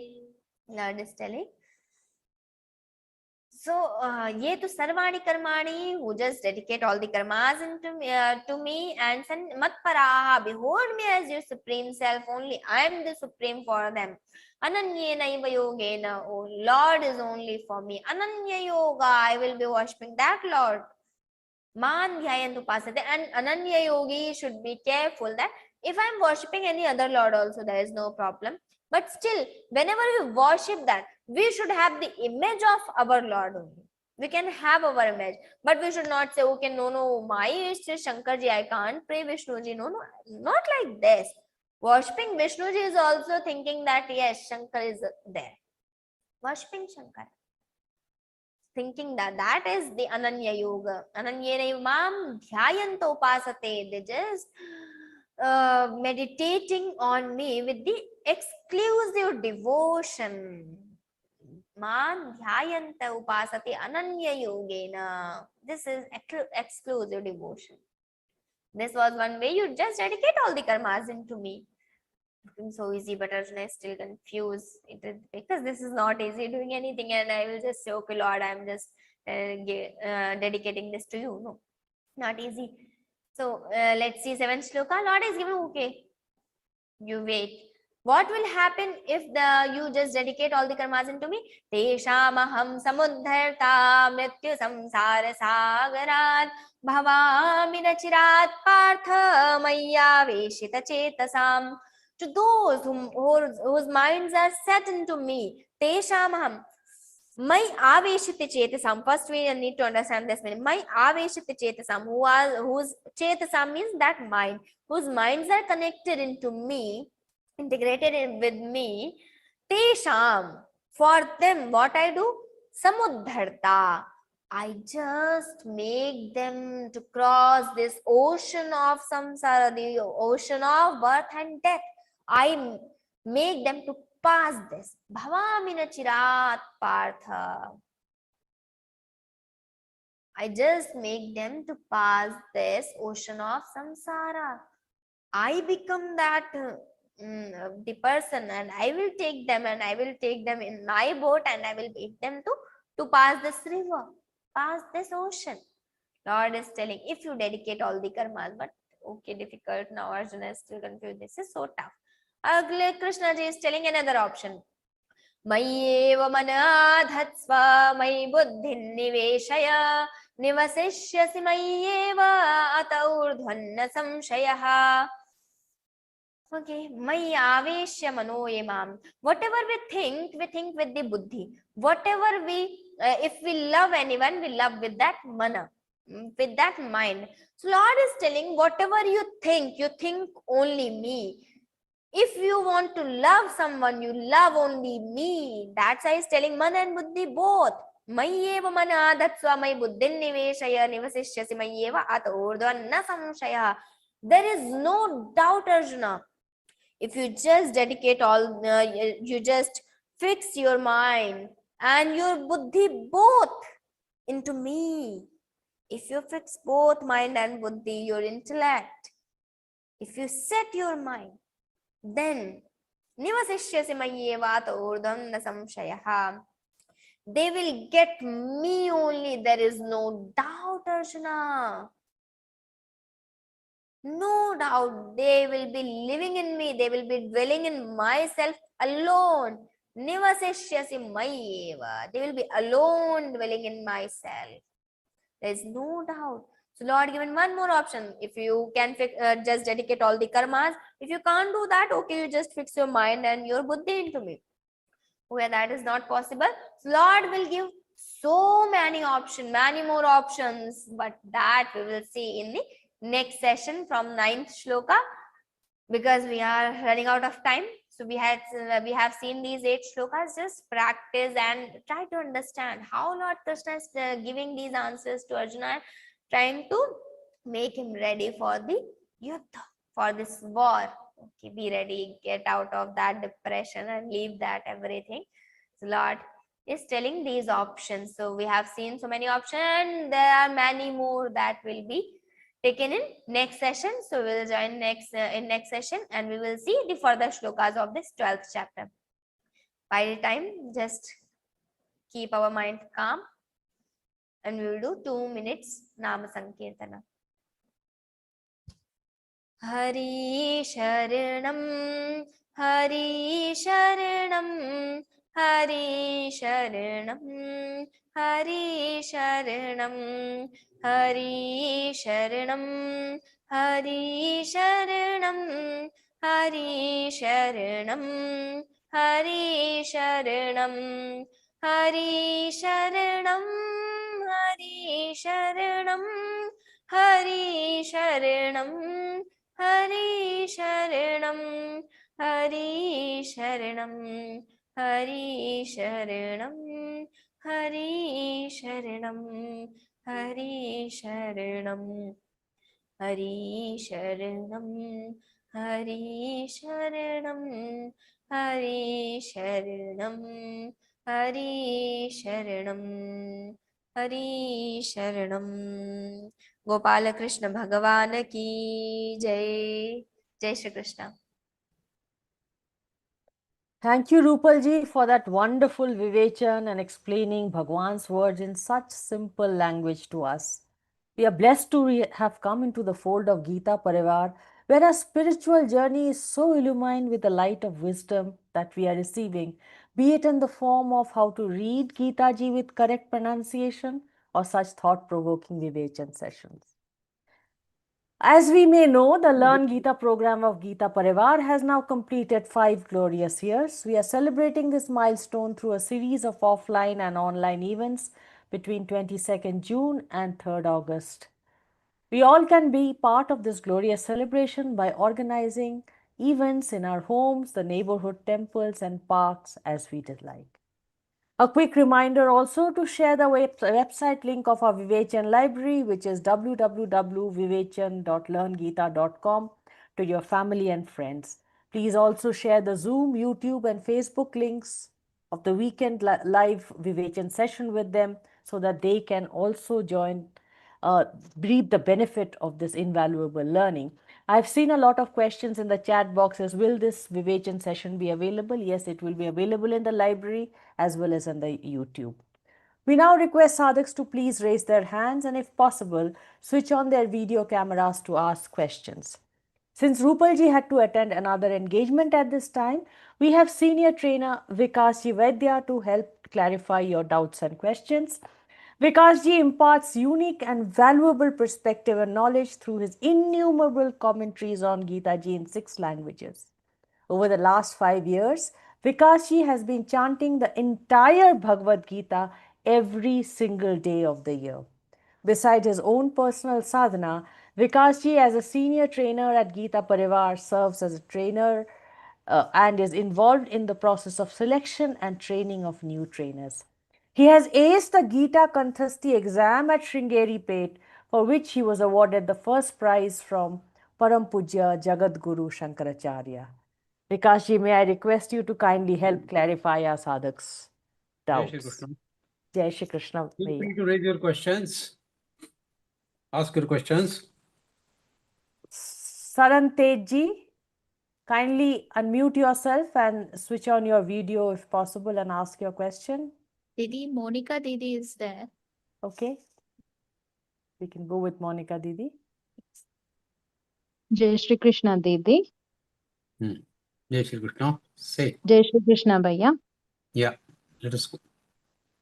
What is the question? Bhaiya, yeah, Bhaiya, can I ask something not related to today's session? Like, I want to know, like, can we give any kind of testimonials, like how Bhagavad Gita brought change into our life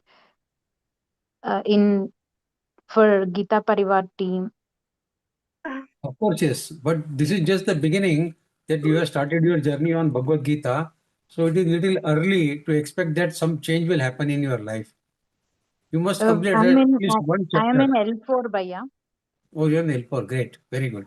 So you must have studied 12th and 15th chapter already, Bhakti Yoga and Purushottam Yoga. Yes, Then you should Bhaiya. have studied 9, 14, 16, 17 in your L2 also. Then 1, 3, 4, 5, 6, 7 in your L3. And have you completed L4? No, Bhaiya, it's still going on, Bhaiya. It's still going on. Okay.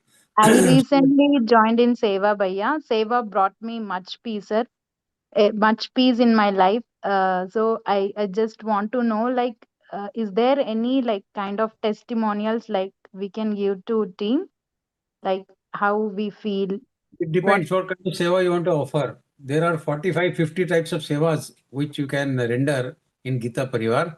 There are separate sessions conducted for the Gita Sevis who can offer seva in Gita Pariwar. So attend one of those sessions and you will come to know in which seva you are most suitable for. Whether as a trainer for any I'm mentor. doing like technical assistance bhaiya right now. Okay, you are For most welcome for to new offer jo- some of the new technical batch. assistance. Yeah. I joined bhaiya.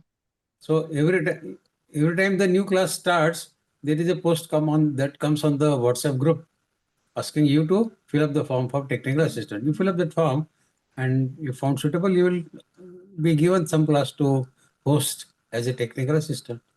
Okay, it's not very difficult. You can participate. Yes, Shri Krishna bhaiya. Yes, Shri Krishna.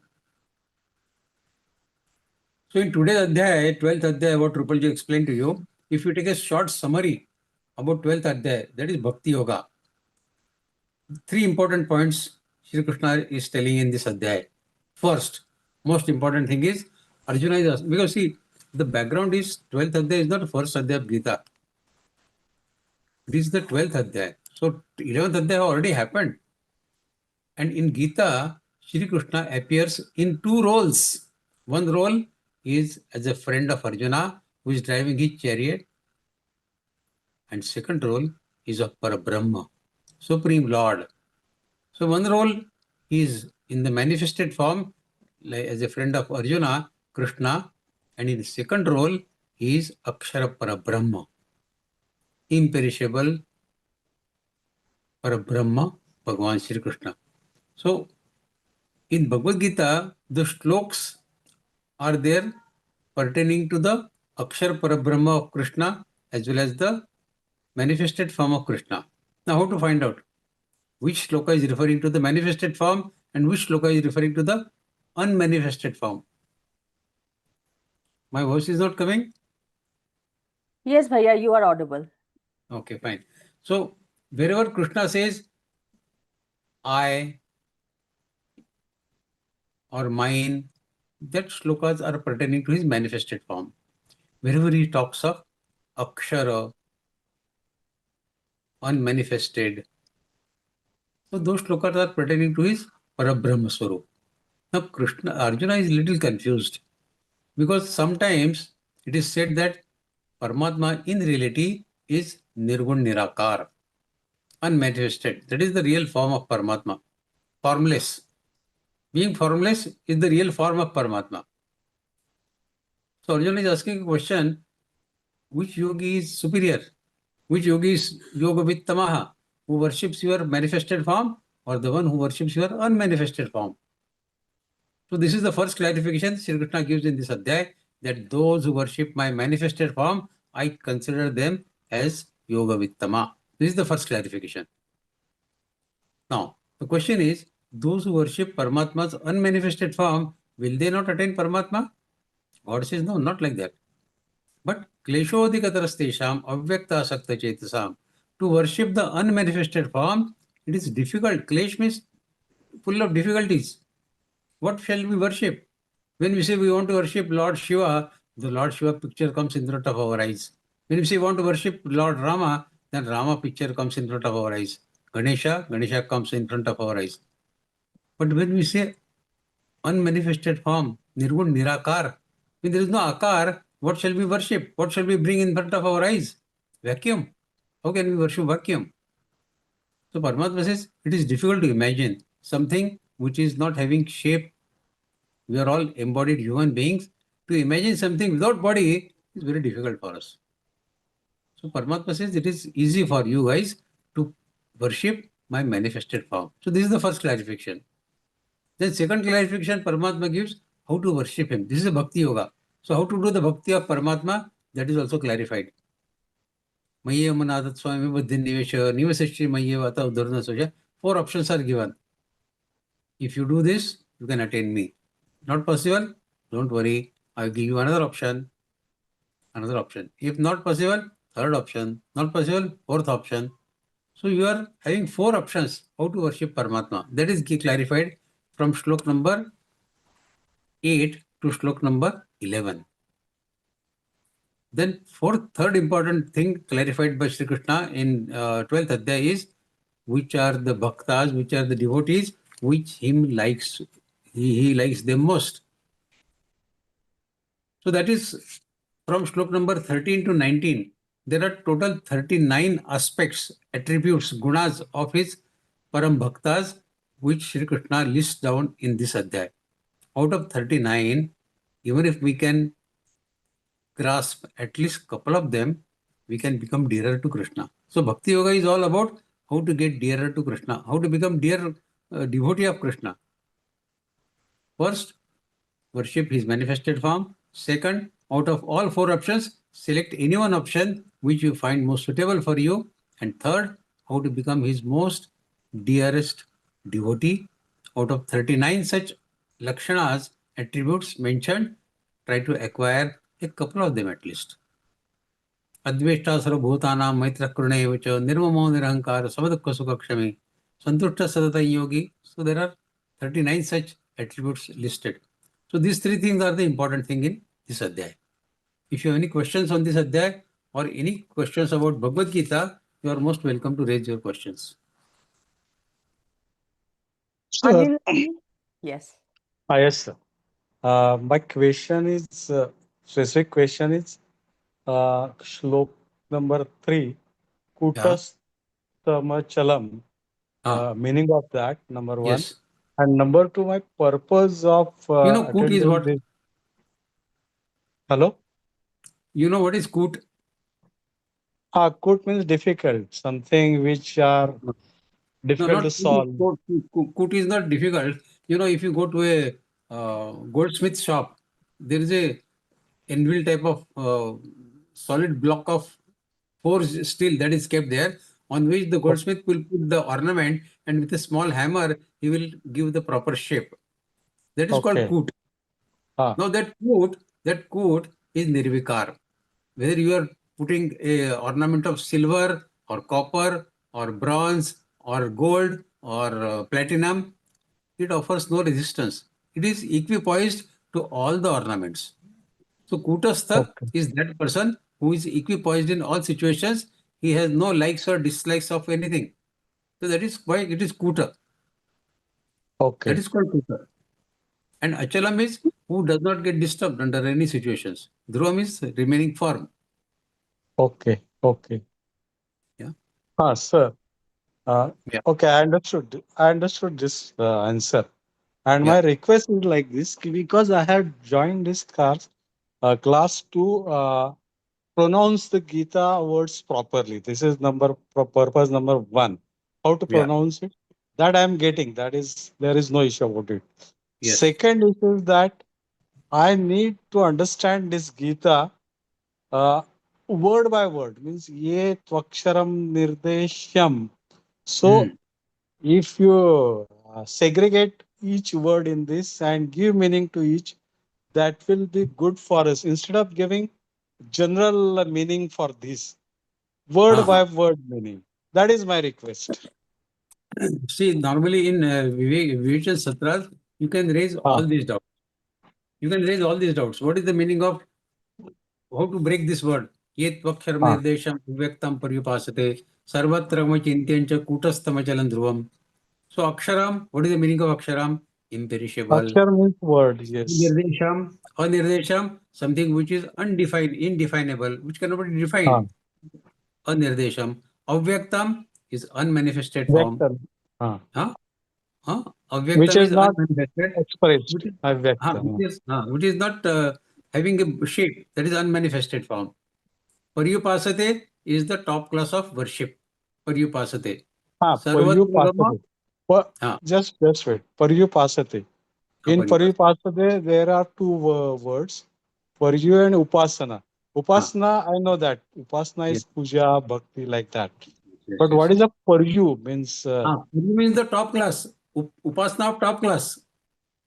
Okay. Top class Upasana is Paryupasate. Okay. And Sarvatra Gama is all pervading, something which is occupying everything in the universe.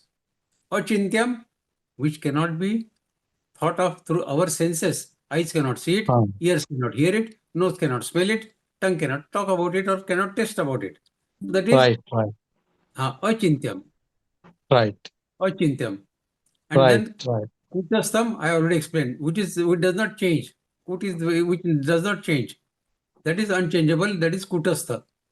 Achalam is immovable. Then Amiable. dhruva means eternal. Right. Yeah. So this is the yet parksham nirdesham avyaktam paripasate sarvatragama chintyancha kutastham chalan dhruvam. But those who worship the formless aspect of absolute truth, that is Paramatma, the imperishable, the indefinable, imperishable is Aksharam, indefinable, Anirdesham, Avyaktam is unmanifested, and so those who worship that all-pervading form of Paramatma, that is explained in this shloka of number 3. Yet Pakshamadadesham Avyaktam Purupasate Sarvatragama Chintyancha Kutastham Chalan Dhruvam. Right. So you can ask these questions in the sessions wherever you have some difficulty of understanding or breaking the word. See, the art of understanding Sanskrit is you break the word. If you can break it properly, you can find the meaning easily. Right. Yeah. Chinmayji, you have a question? Actually, the question got asked in the chat. So, and then some teacher, told the answer for it. Okay, so your question is answered, right? Yeah. Okay. Prashantji? Yeah, I have one question actually. It's outside this like explanations, not sloka. Actually, I want to understand. Can we have any Gita slok which is pronounced by Guruji, like Sri Govind Giriji Maharaj, for entire Gita, and their voice, in his voice actually? Can we have anything? That is difficult. Your expectations are too high. You want directly from Swamiji, but there are trainers in Bhagavad Gita, I mean in Gita Pariwar, who have wonderful audios prepared especially for you people to learn the proper pronunciation. No, actually, I'm Not not comparing actually anyone, because I joined this L1 page. I understand they are very nicely pronounced, but I inspired to learn Sanskrit from his voice only, because I used to listen in the YouTube Śrīmad-Bhagavadgītā, and once they speak the slok, then I thought like I have to learn the Sanskrit. That's the only place. So that's why actually I'm looking. Is there any way where we have all the Gita sloks which is speak by Swamiji?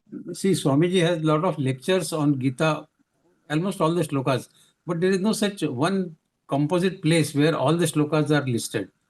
You have to attend all lectures in that place. because I don't have access, even I'm just newly joined and I'm not aware, like if you can pass this message, like how the Saregama has done, like Jai Sri Ram, they used to speak the sloka, then the artha. Actually, this will this is one instrument, that will Santvani is make sense actually. Even though we are the good, you are the good teacher. That's not a comparison. It's about the teaching, the way how they teach. No one can do the way actually how they're done. So if they can produce as a online, like a Gita Pariwar is there, like similarly like books you have, similarly if their voice audio should be there for Gita sloka, and if they can explain is also, that is also not needed, but the sloka is must need actually from his voice only. Because I heard I only started Sanskrit learning grace from his voice only. So I want to hear his voice in some way where actually all the voice, like how they speak in the katha, in the same way actually we want to take it. It is not available as of today. The Gita It's not related to today's, but actually I just thought, because and today's lectures is very good experiences which done, but thinking is that explaining is easy, everyone understand, but while doing implementation is actually is not that much easy. It's very difficult. So if Now, even if one sloka implementation is very difficult, even though one person has implement one sloka, then in their life, so that will be reflect. But it's somehow that there are so many circumstances, right? So, is that any way, like without understanding the sloka meanings, like earth, can we speak only the sloka in the Sanskrit pure and try to understand the pure, the way how this supposed to be speak? So, is that make sense without understanding earth? Without understanding the meaning, you want to bring it in Yeah. your life. Yeah, no, without understanding, not live, not implementing. I'm not, because it's very difficult. That's why I'm saying I just wanted to pause the difficult portion, and I want to take only the portion which can be doable. That is speaking. We can speak sloka accurately. That's the only thing we can do. Okay, That is what the understanding purpose the. of Gita classes is in Gita Pariwar. We teach the proper pronunciation as per Panini grammar. All the grammar rules we follow strictly in Gita Parivar of Anuswar, of Visarga, of Avagraha, Rasva, Dirgha, Aghat.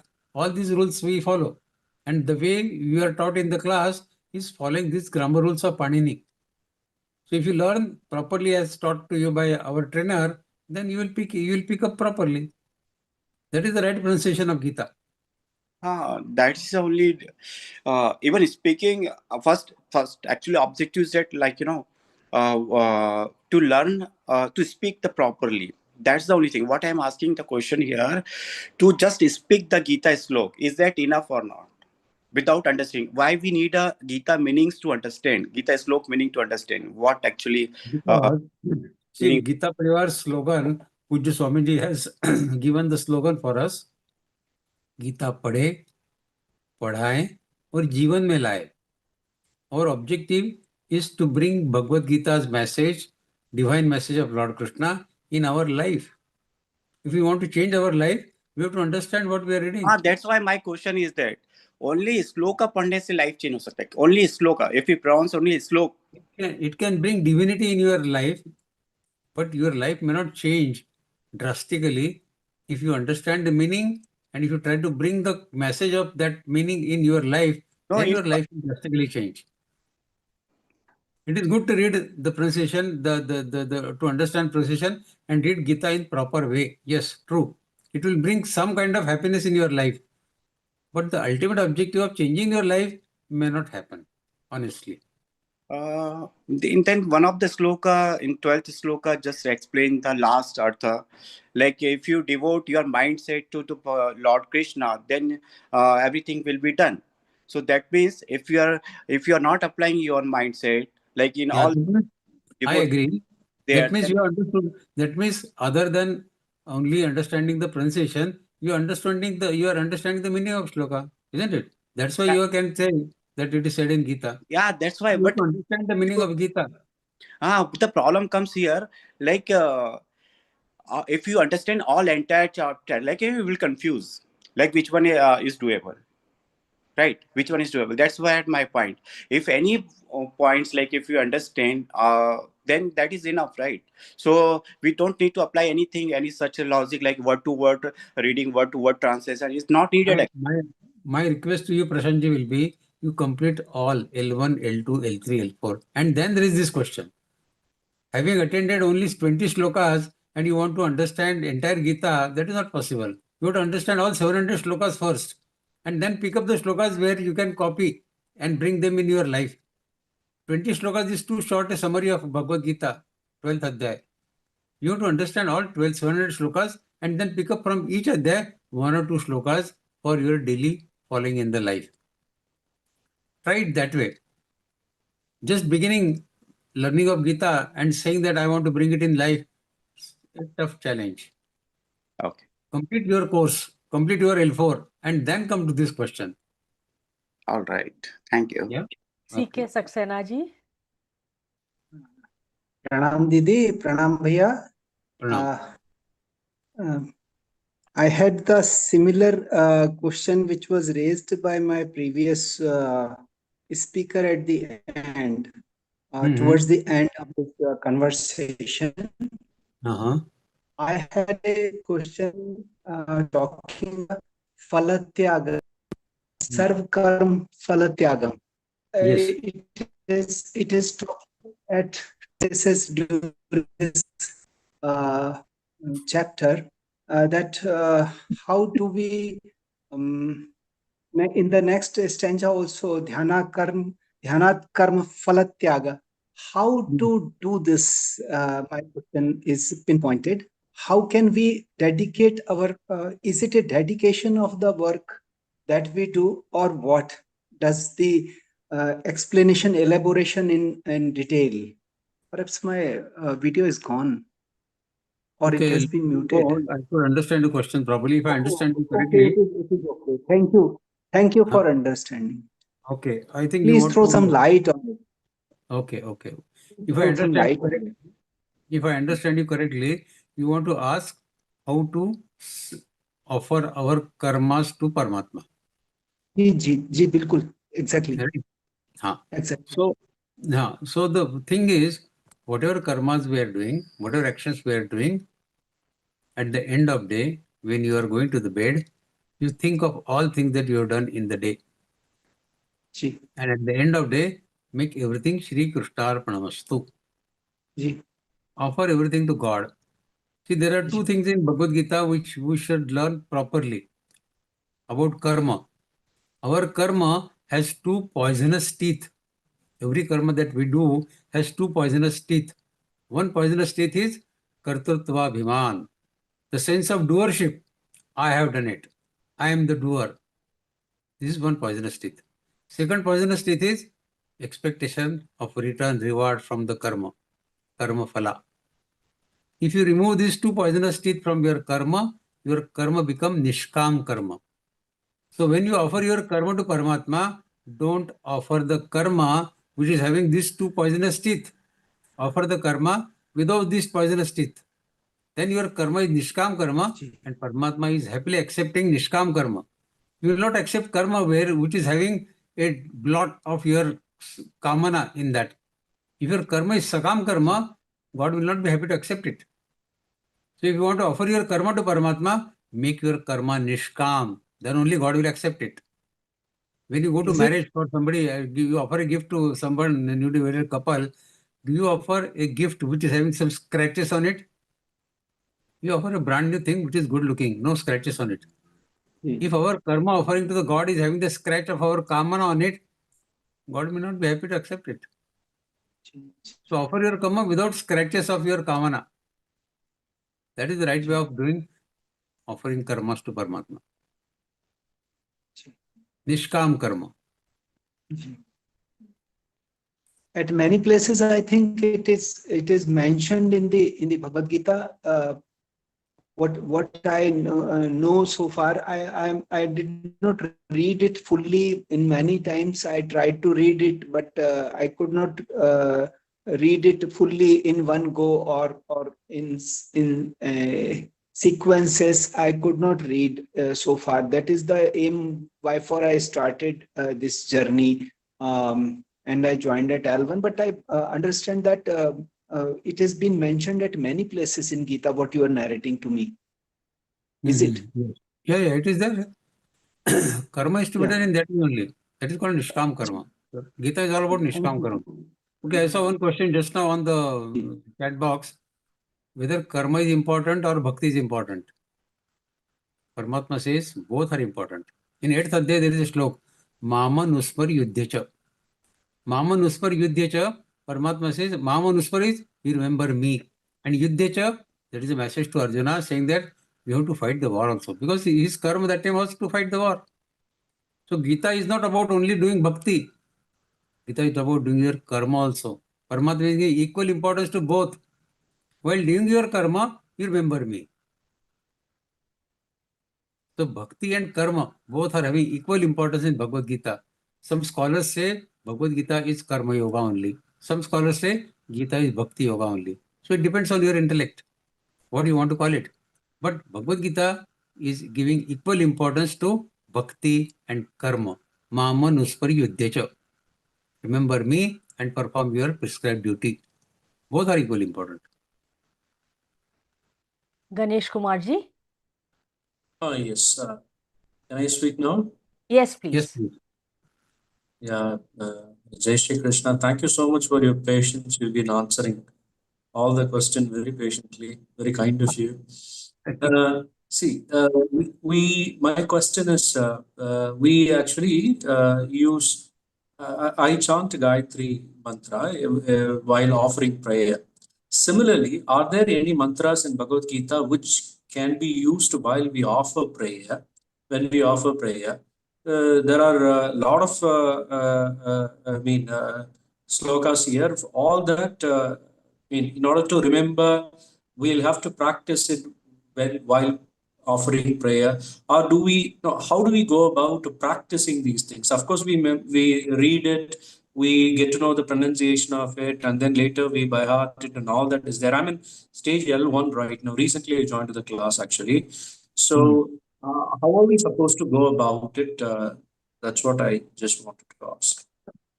See, basically all 700 shlokas you must understand, but I appreciate to really understand all 700 shlokas initially may be a tough challenge, a tall challenge for. But the Adhyay which you complete, for example, if you are completing 12th Adhyay, from 12th Adhyay, find out which shlokas you are finding the most dear to your thoughts, most closest to your thoughts, closest to your way of thinking. If you find any shloka that is close to your way of thinking, grab that shloka and then do your own manan chintan, contemplation. Sit in a meditational way, think deeply about that shloka. Each word of that shloka, try to find out its meaning from different scholars on YouTube, on Gita Pariwar, elsewhere also. Read all the books about that shloka.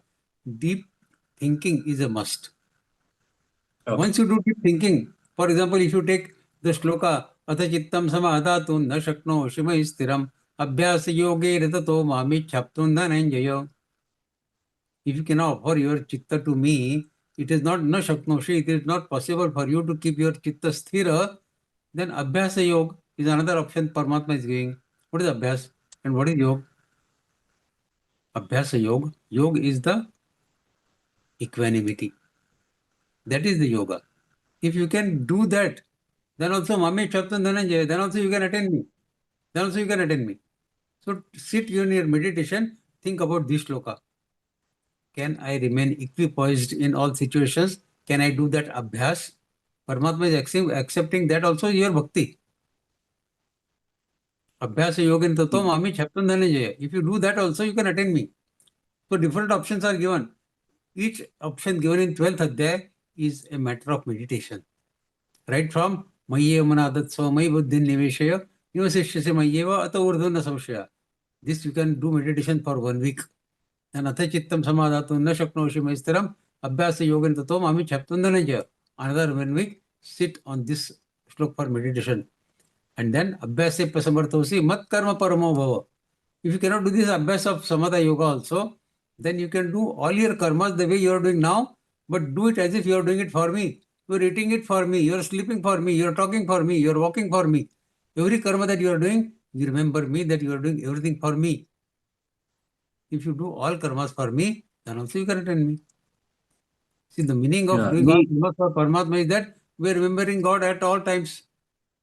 All times. So we'll have to be very conscious of whatever we do. We'll have to be that is the trick whatever. Paramatma is playing with us, that when he says you all karma you do for me, that means doing all karma you have to remember him, isn't it?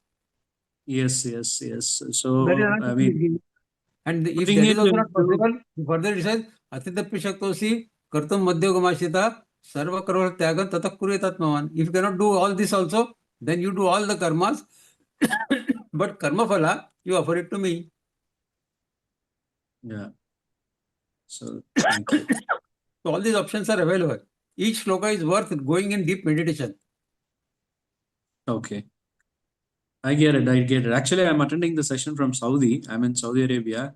Here, this Islamic community here around, all are very devoted to their practices, religious practices. But that has become their way of their life. Actually, they call it. It is their whatever they do, just they do it in the name of the God. They are religious practices that has become an integral part of their life. And so is similar to that is also Christianity also they do.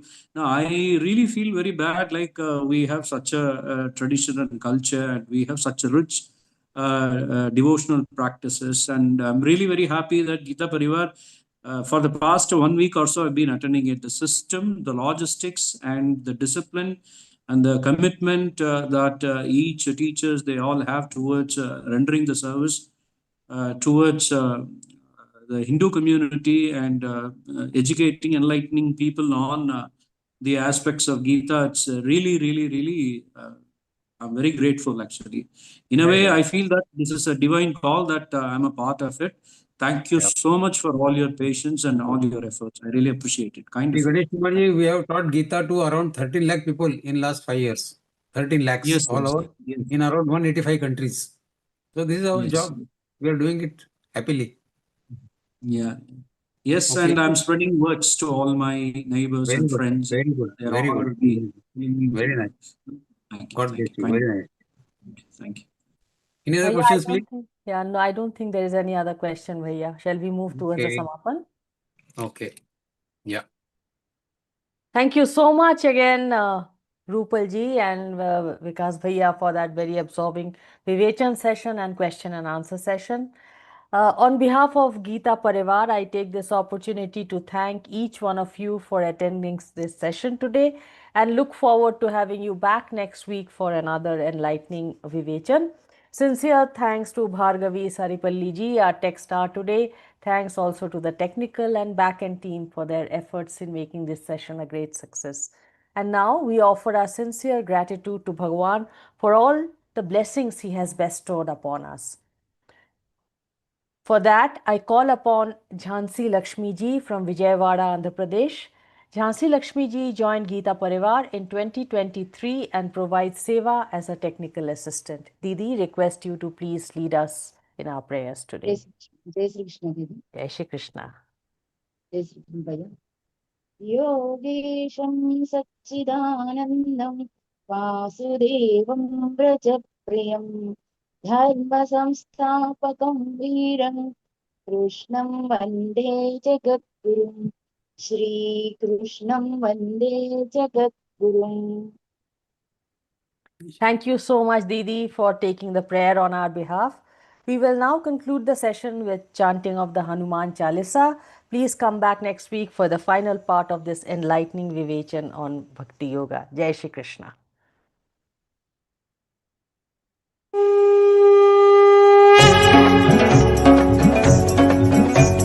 Shri गुरु चरण सरोज रज निज मन मुकुर सुधारि बरनउ रघुबर बिमल जसु जो दायक फलचारि बुद्धिहीन तनु जानिके सुमिरौ पवन कुमार बल बुद्धि विद्या देहु मोहि हरहु कलेश विकार जय हनुमान ज्ञान गुण सागर जय कपीस तिहु लोक उजागर रामदूत अतुलित बल धामा अंजनी पुत्र पवन सुत नामा महावीर विक्रम बजरंगी कुमति निवार सुमति के संगी कंचन बरन विराज सुबेसा कानन कुंडल कुंचित केसा हाथ वज्र और ध्वजा विराजय कांधे मूंज जनेऊ साजय शंकर सुवन केसरी नंदन तेज प्रताप महाजगवंदन विद्यावान गुणी अति चातुर राम काज करिबे को आतुर प्रभु चरित्र सुनिबे को रसिया राम लखन सीता मन बसिया सूक्ष्म रूप धरि सिहि दिखावा विकट रूप धरि लंक जरावा भीम रूप धरि असुर सहारे रामचंद्र के काज सवारे लाय सजीवन लखन जियाए श्री रघुवीर हर्षि उर लाए रघुपति कीन्ही बहुत बड़ाई तुम मम प्रिय भरत ही समबाई सहस बदन तुम रोजस गावै अस कहि श्रीपति कंठ लगावै सनकादिक ब्रह्मादि मुनीसा नारद सारद सहित अहिसा जम कुबेर दिगपाल जहाते कवि कोविद कहि सके कहाते तुम उपकार सुग्रीवहि कीन्हा राम मिलाय राजपद दीना तुम्हरो मंत्र विभीषण माना लंकेश्वर भय सब जग जाना जुग सहस्र योजन पर भानु लील्यो ताहि मधुर फल जानु प्रभु मुद्रिका मेलि मुख माहि जलधि लांघि गए अचरज नाहि दुर्गम काज जगत के जेते सुगम अनुग्रह तुमरे तेते राम दुआरे तुम रखवा रखवारे, होत न आज्ञा बिनु पैसारे, सब सुख लहै तुम्हारी सरना, तुम रक्षक काहू को डरना, आपन तेज समारो आपै, तीनों लोक हाकते कापै, भूत पिशाच निकट नहीं आवै, महावीर जब नाम सुनावै, नासै रोग हरै सब पीरा, जपत निरंतर हनुमत बीरा, संकट ते हनुमान छुड़ावै, मन क्रम वचन ध्यान जो लावै, सब पर राम तपस्वी राजा, जिनके काज सकल तुम साजा, और मनोरथ जो कोई लावै, सोई अमित जीवन फल पावै, चारों जुग प्रताप तुम्हारा है, प्रसिद्ध जगत उजियारा, साधु संत के तुम रखवारे, असुर निकंदन राम दुलारे, अष्ट सिद्धि नो निधि के दाता, असबर दीन जानकी माता, राम रसायन तुम्हारे पासा, सदा रहो रघुपति के दासा, तुम्हारे भजन राम को पावै, जन्म जन्म के दुख बिसरावै, अंत काल रघुवर पुर जाई, जहाँ जन्म हरि भक्त कहाई, और देवता चित्तन धरई, हनुमत से सर्व सुख करई, संकट कटै मिटै सब पीरा, जो सुमिरै हनुमत बल बीरा, जय जय जय हनुमान गोसाई, कृपा करहु गुरुदेव की नाई, जो सत बार पाठ कर कोई, छूट ही बंदी महासुख होई, जो यह पढ़ हनुमान चालीसा, होय सिद्धि साखी गौरी सा, तुलसीदास सदा हरि चेरा, की जय नाथ हृदय महडेरा, पवन तनय संकट हरन,